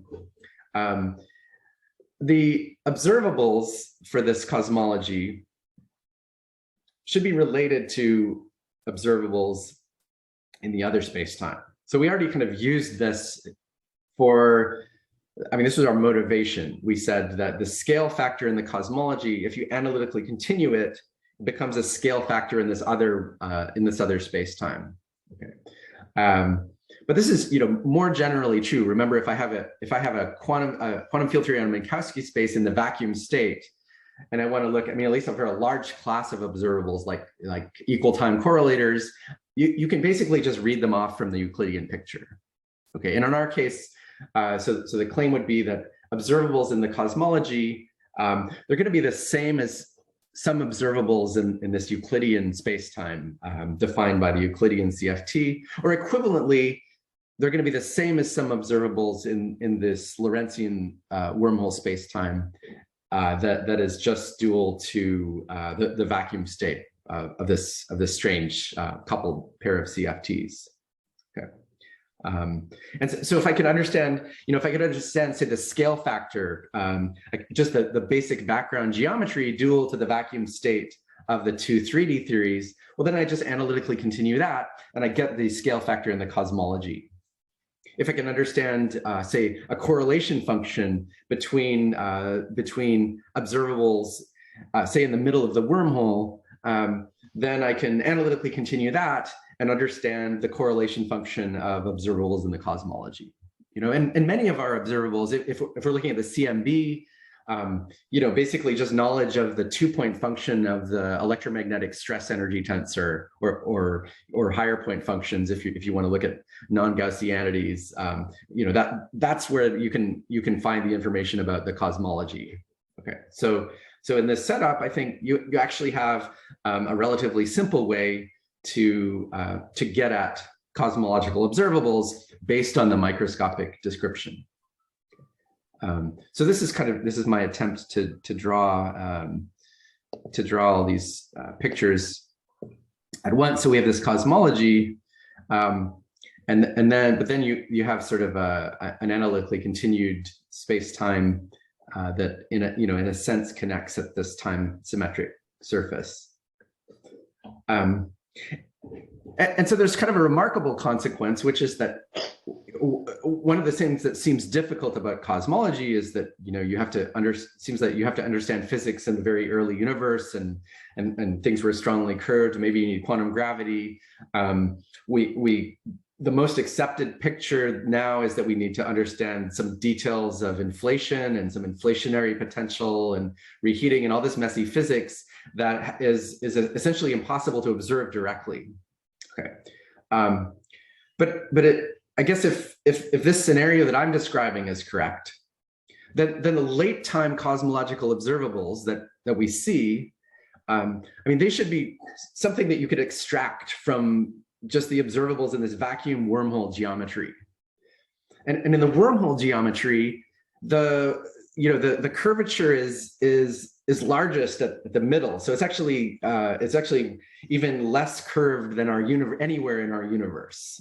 So it's just some weakly curved geometry. Effective field theory should basically be valid everywhere. And so in principle, you could just try to compute the 1-point functions or the correlators in that wormhole geometry, analytically continue those, and then they should tell us, they should tell you about the observables in our cosmology. So, it's surprising you don't even need, if you understood that effective theory well enough in the wormhole, you wouldn't even need the microscopic picture. Although, as we'll see, that the microscopic picture is what tells you what effective field theories are reasonable, and it'll actually motivate something in a minute. We'll talk about getting back to this question of whether there are scalars and what the potential looks like, and whether the universe is accelerating. Mark, can I ask you something? I mean, yes. You had those 3 pictures, and the first one was the Big Bang, Big Crunch picture in ADS. Yes. And it's drawn here where your space-time is fattest in between, let's say, is in between the Big Bang and Big Crunch. Is there any sense, although you originally motivated the talk by saying you might have a kind of, for some time, a slightly positive, effectively cosmological constant, which then decays down to negative values. But is there some sense in which this, in this space-time, that you have modes which at least locally go out of the Hubble radius, so that one can try to understand what some local observables might be from the gravity perspective? What would the correlators mean from a gravity viewpoint is what I'm asking, that you would try to explain on the basis of your underlying field theory picture. Okay. So what I'm saying is, I'm going to try to relate this now more closely to our cosmology, and so what I will hopefully argue by the end of the talk is that we have, say, some matter radiation dominated era, and then we're going to have some accelerated. This is now where acceleration is observed, and so the positive cosmological constant is important, and then V becomes less than 0. The scalars continue to roll. V becomes less than 0. The universe ends up crunching, and so we could, if this is true in our future, so the CMB will continue to evolve, and so you could relate the CMB if you wanted to. You could extract the CMB or the future CMB from correlators of the energy density. So if you told me the 2-point function of the electromagnetic stress energy tensor at some future time, then basically that would contain the CMB physics, the spatial dependence of this. And so what I'm saying now is that this 2-point function of the stress tensor in the cosmology, that has a dual interpretation. That observable can also be interpreted as an observable in this wormhole spacetime. Okay, it's just the analytic continuation of some stress tensor of the, well, it's some other component of the stress tensor T tau tau in the wormhole spacetime. Okay, so the proposal would be to calculate, understand the effective theory in the wormhole, calculate the 2-point function of the stress energy tensor, analytically continue it. Okay, and then it's the stress tensor 2-point function in the cosmology from which you could read off the CMB physics. Yeah, all I'm saying is, okay, you should go on, please. But all I'm saying is there aren't local observables on the gravity side. And maybe you can try to construct some, at least. Okay, I'm sorry, you're worried about the more fundamental question of how do you make local observables in gravity? Yeah, you're trying to describe something quite precisely from the field theory side, which has meaning on the gravity side. And I was just trying to understand what it would mean on the gravity side. It seemed to me perhaps you were saying, at least for some time in the evolution of the universe, modes can exit the horizon and effectively freeze out. This is what I thought. And then we might make sense of them and connect at that time the value of those perturbations to your correlators. And then finally the modes will come back in because of the bit crunch. But okay, we've already defined them. Something like that is what I thought you were saying. But okay, please go on. Please. I think I was saying something much less complicated and more generic. So I'm just saying that because we have this one Euclidean theory, which is whose path integral is, maybe you can think of that Euclidean field theory path integral as the fundamental object, and that defines the state of the cosmology, and it also defines the state of this vacuum state that's dual to the wormhole. And so then I was claiming that the observables are going to be related in the two pictures because they're coming from the same path integral. And okay, I guess what I'm drawing here is like the effective field theory version of that.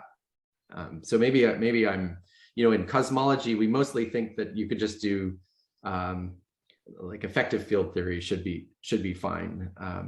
And so I would like to argue that the effective field theory observables also have this relation between the two pictures. Okay. So this is more like the quantum field theory that I was talking about at the beginning.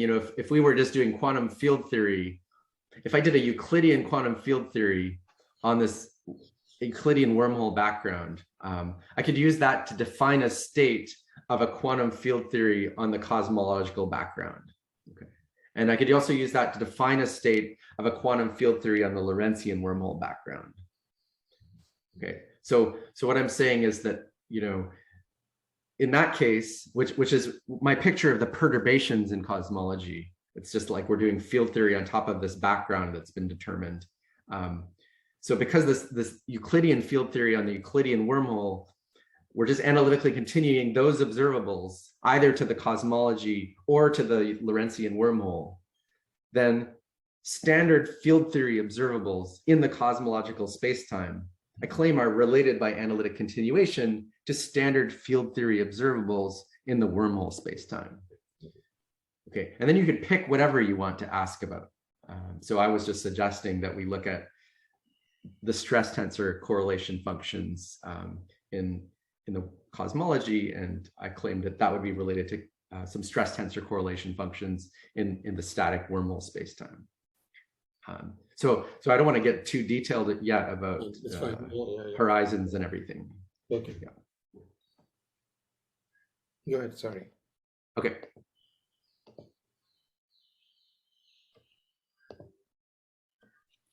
Okay. All right. Let me. By the way, I'm almost finished, but we're going to get to the predictions or the sort of generic. What is this? What is this cosmology tell us? Or so.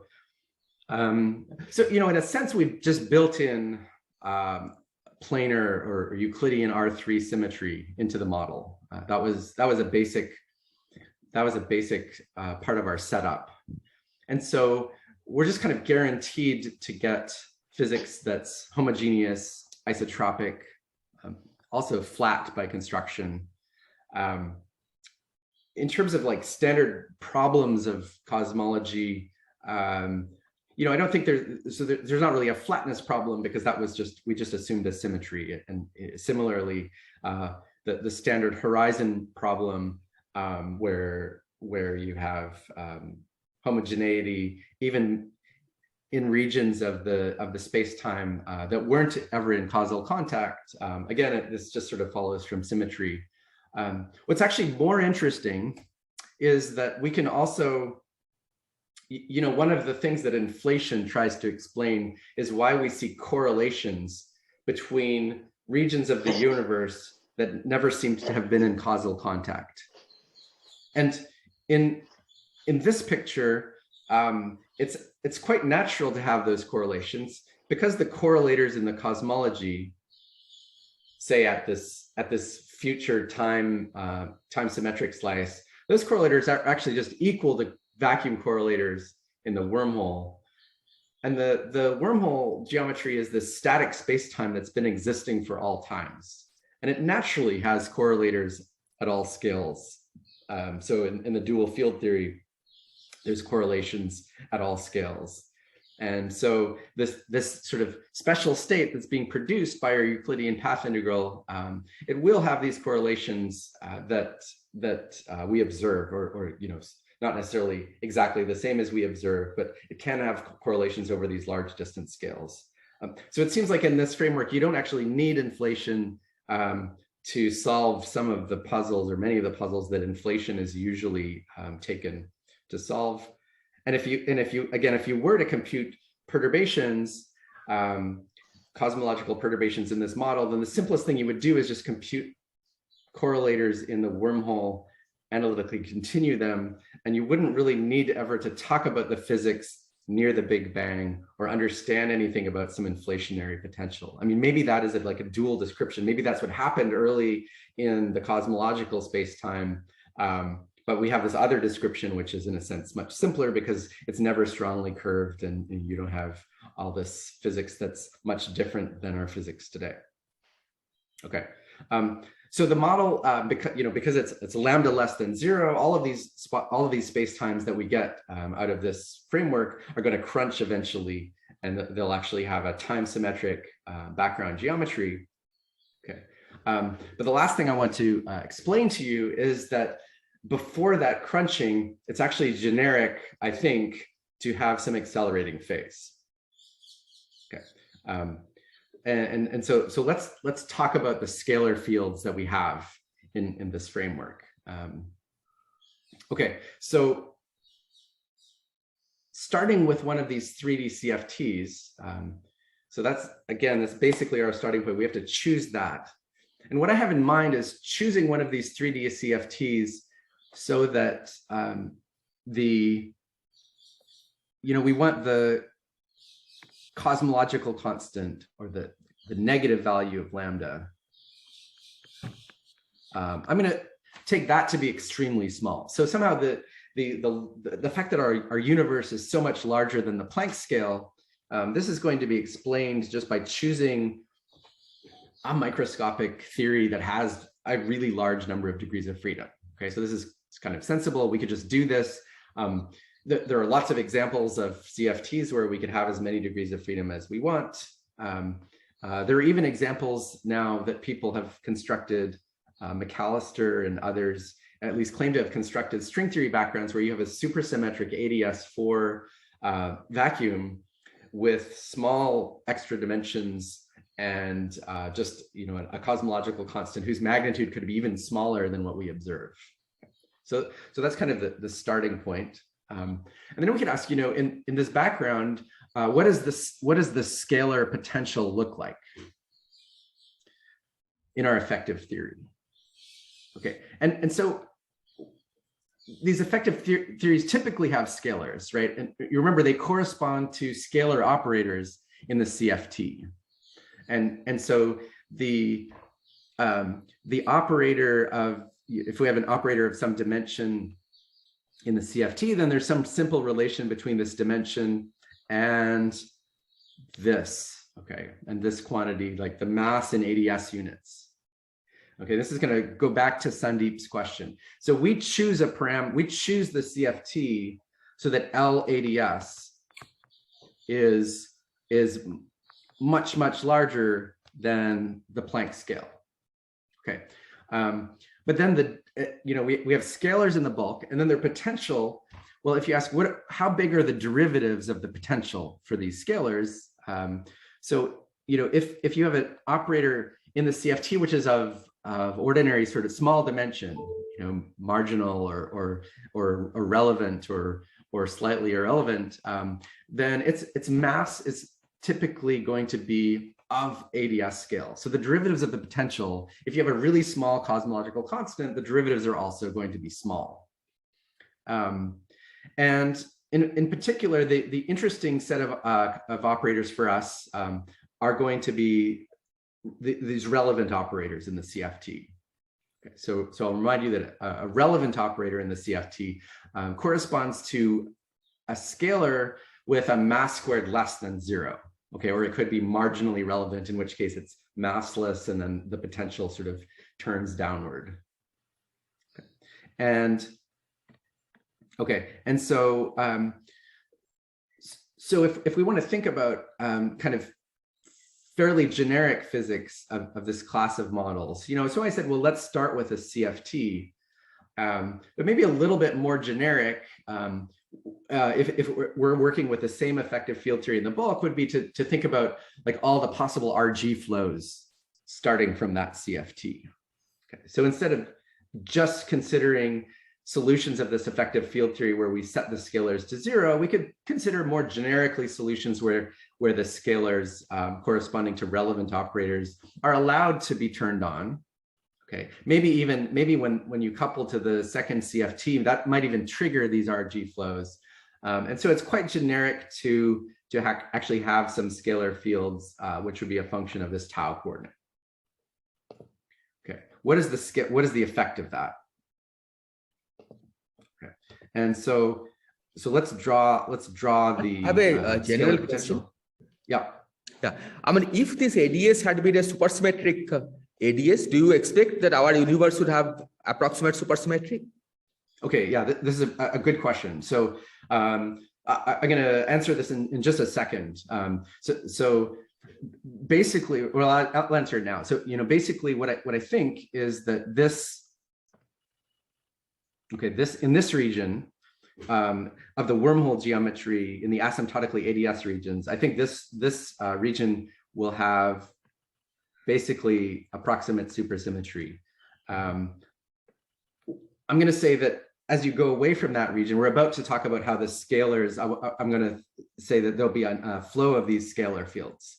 And so I think as you go away from the asymptotically ADS regions, you'll end up having scalars that have classical values. And I think these will generally break symmetries. So I think that it could be that once you get to, once you get to sort of the cosmology picture, you might end up with scalars that have some, reasonably large values, and those scalars could break symmetries, and in particular, they could break supersymmetry. So it may be that the effective theory relevant for the cosmology is looking non-supersymmetric, and it would be because of the flow of these scalars. Okay, so let me explain the scalars at this point.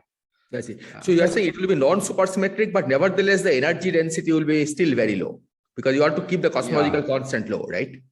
Yeah, I mean, I thought a little bit about it. I mean, I think it would require, for example, if you looked at maybe, maybe you had a massless scalar or a marginally irrelevant operator, then maybe the potential coming away from the ADS could be very flat, so that you end up having like quite a large value of the scalar field, but the potential doesn't change very much. I mean, if there were like a log of phi, if you had a term like V being equal to log of, okay, I mean, maybe part of the potential would have something like this.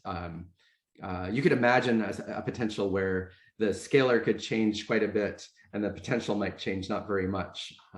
And then the scalar could set the value of the scalar could set the scale of supersymmetry breaking, and then the vacuum energy would be set by the value of the potential. But I mean, this is all, yeah, I don't know if this is realistic or not. Yeah, I'm just worried that, I mean, if you really use these scalars to break supersymmetry, then what protects you from having large vacuum energy, for example? Because now we have already set the 0 of the energy, because ADS is the supersymmetric vacuum. And now if there is a Bose-Fermi degeneracy is broken at standard model scale, one would expect by the standard argument that we should have large energy density, right? Yeah. Okay. So let me say something about that, because I think there is sorry, but can I just add to that, which is there are 2 points here. One is the vacuum energy, but also the mass of the scalars would typically migrate upwards to the SUSY breaking scale. You have to keep both small in the era where SUSY is broken. Yeah, of course, the vacuum energy is very important. Okay, go ahead. Yeah. Yeah, I mean, okay, so, okay.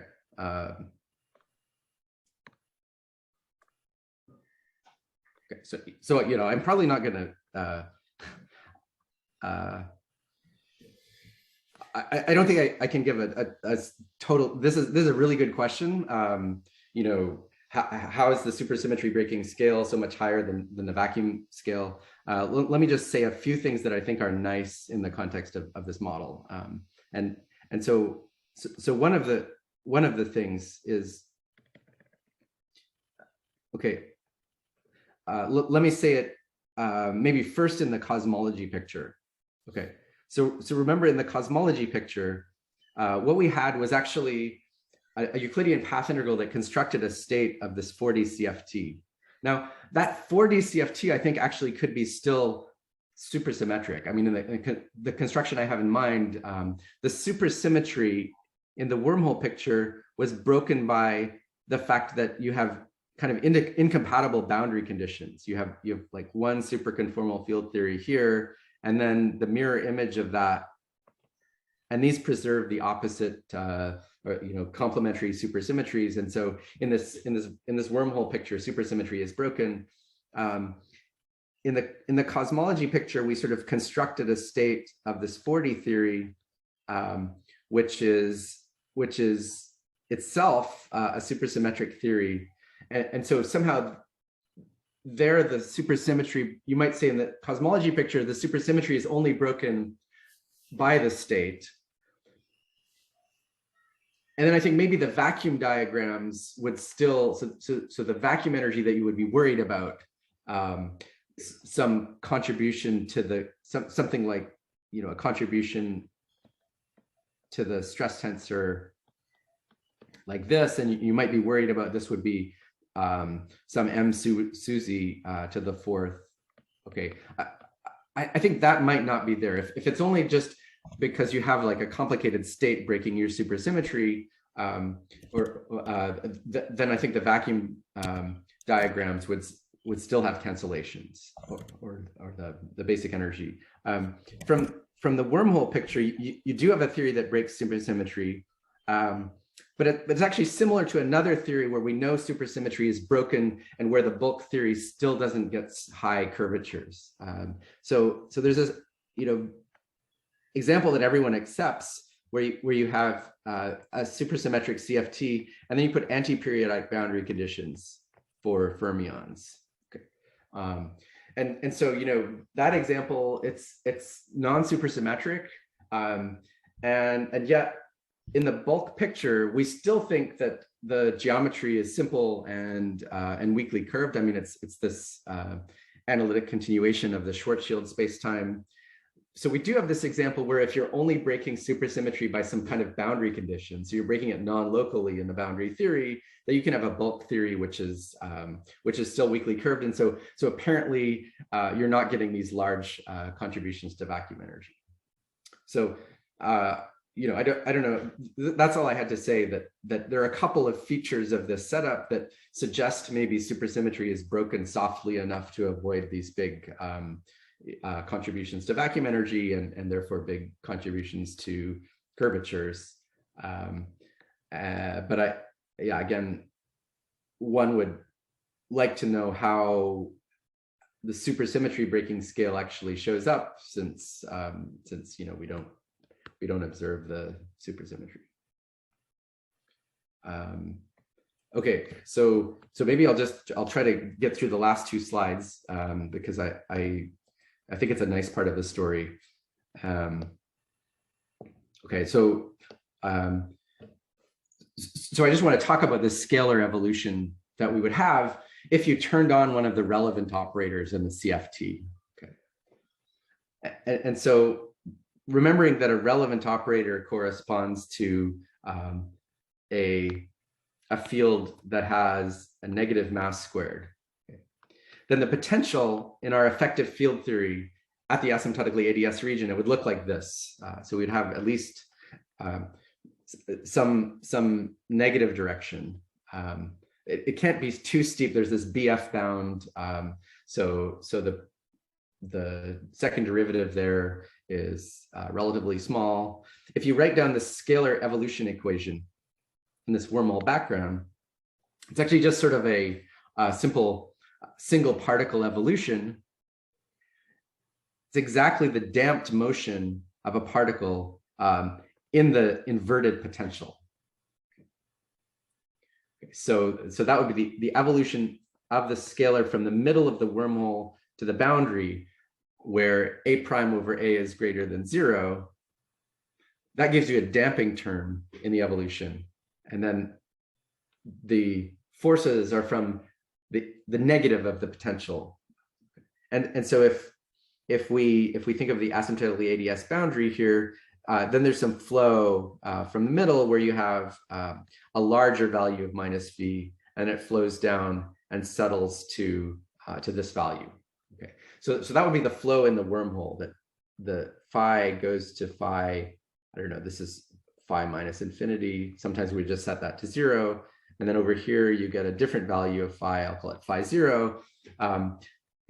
Here you have some value of the potential at minus infinity. Here you have a value of the potential at 0, which is smaller. Okay, minus v is larger. Okay. And so this value now, this is the value of the scalar fields in the cosmology picture. So when we analytically continue things, the value here is the value at the time symmetric point in the cosmology. Okay, so let's look at how it continues to evolve in the cosmology. Sorry, I need to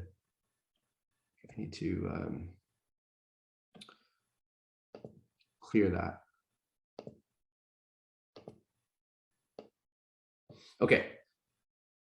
So in the cosmology, we have now the ordinary potential. So this is the evolution of the scalar in the cosmology. It again looks like some particle evolution in a potential. And there's some damping term, which is ordinary damping going from the Big Bang to the time symmetric point. Okay, and so to be consistent with that, the analytically continued picture, we would have that the scalar would have to evolve through damped motion and eventually come up to this value here. And so we can ask, like, how could you evolve through some damped motion of potential and end up rising to this final value here? Well, the only way it's possible is if the potential was larger at some other earlier time and you fell down the potential and then you came up. Okay, so the only thing in the cosmology picture that would be consistent with what we find in the wormhole is for the potential to look like this. It just has to look like this. And in particular, at some, if this is the crunching point when it turns around, at some earlier time, it's going to have been higher and falling. And so if you just extrapolate that backward, we're assuming these are tiny negative values. If you just extrapolate that backward to earlier times, then it is natural in these models for the potential to have been positive, and for us to have the scalar flowing from a positive value of the potential down and then rising up again, so that it has like zero derivative at this time. And then in the wormhole picture, it eventually evolves up to this point. Okay. And so because it's then generically, in the cosmology picture, it's generically positive at some time here, that means that generically, before this deceleration and the recollapse of the universe, we actually predict some accelerating phase. I think in these models, in this class of models, as long as your CFT has some relevant operators, then it is totally generic for there to have been acceleration before the crunch. And furthermore, if you extrapolate these models backward and think about the matter and radiation density, then this thing increases as 1 over a to some power going back in time. A increases exponentially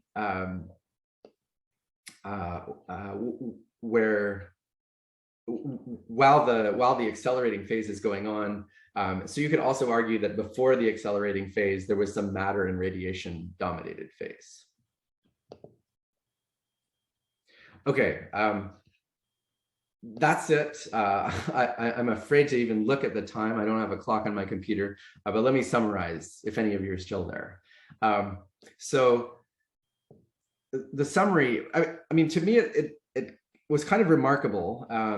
the motivation here was just, okay, let's try to make progress on understanding cosmology using string theory by making the possibly unrealistic assumption that lambda is less than 0.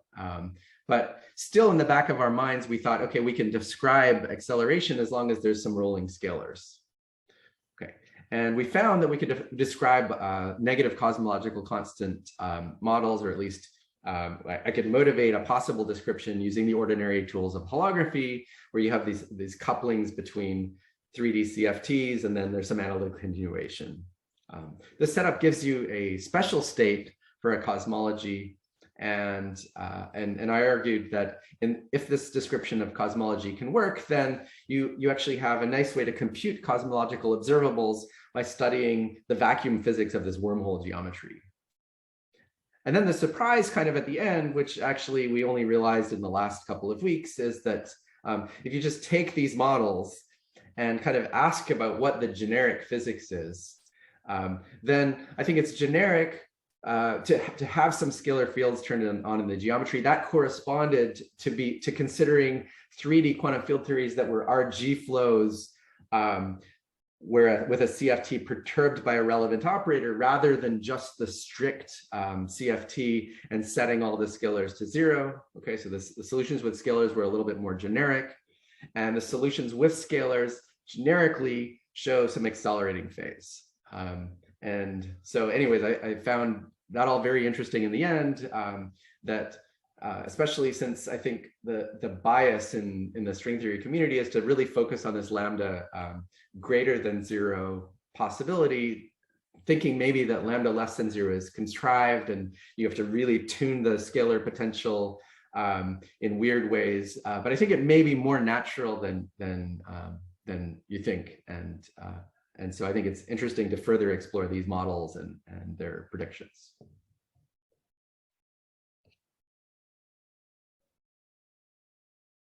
Okay, thank you very much, Mark, for a wonderful and very interesting talk. Let's all clap. We have had many questions, and Mark must be tired also, but if we have a few more pressing questions, we can have.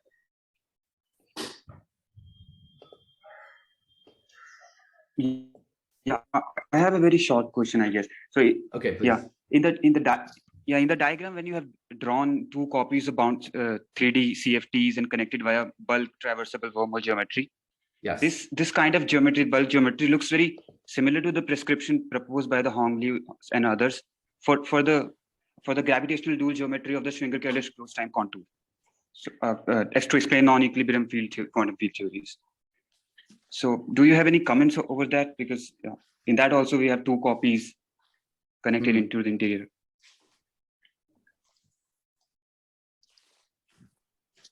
Yeah, I don't think I have a comment.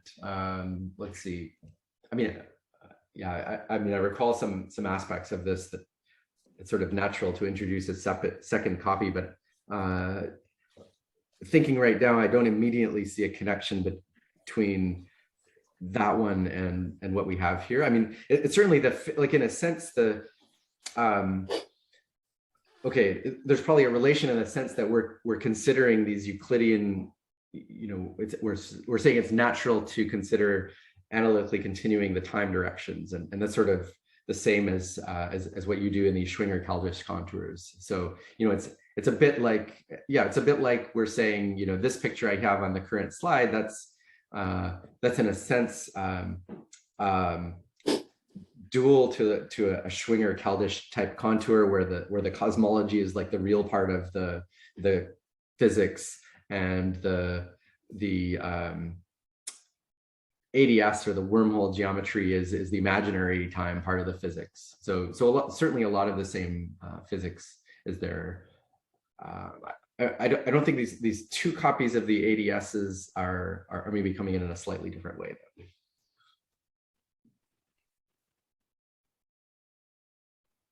Okay, thanks for that. Yeah. Sorry, Mark, I think I asked this once before, and you said something I didn't completely understand.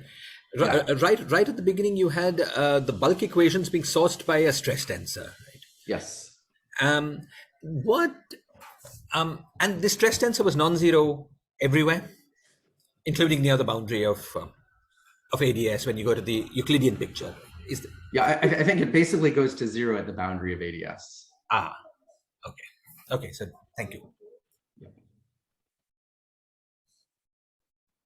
Yeah, I think at these ADS boundaries, it should really just mostly look like a supersymmetric ADS vacuum. Okay.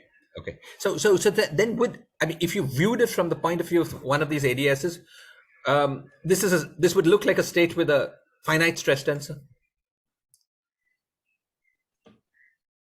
I mean, there would be an expectation value of the stress tensor, but no non-normalizable mode.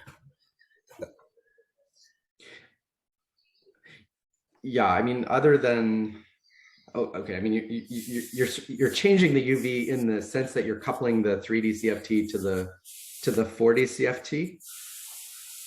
So I mean, that will have some kind of effect.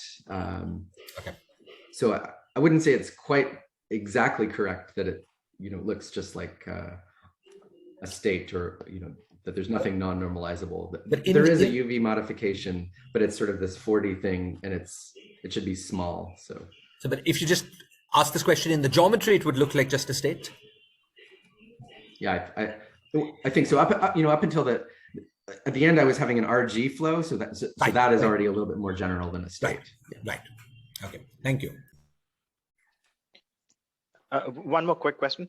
I think, Mark, at some point you said that this encoding of the cosmology in the 4D CFT is more like a Python's lunch. I wanted to understand whether is that like a precise statement? Is it really behind like a non-minimal QES or something like that? Or did you just have in mind the empty QES or something? Yeah, so I think, I think in terms of the quantum extremal surfaces, so we have this complicated state of the 4D. If you have a large enough region, I think eventually you will have some portion of the cosmology inside, inside there. But I think there should always be a non-minimal quantum extremal surface. So I mean, I think it is a precise statement. As far as I remember with the definition of these Python's lunches, that if you have the large enough region, it is true that some of the cosmology is in the entanglement wedge of that region, but I think it's behind a non-minimal quantum extremal surface in that case. So I think there's always one that stays outside the horizon. And that's in sort of the geometrical case where the 4D theory is holographic. Okay, I see. Thank you.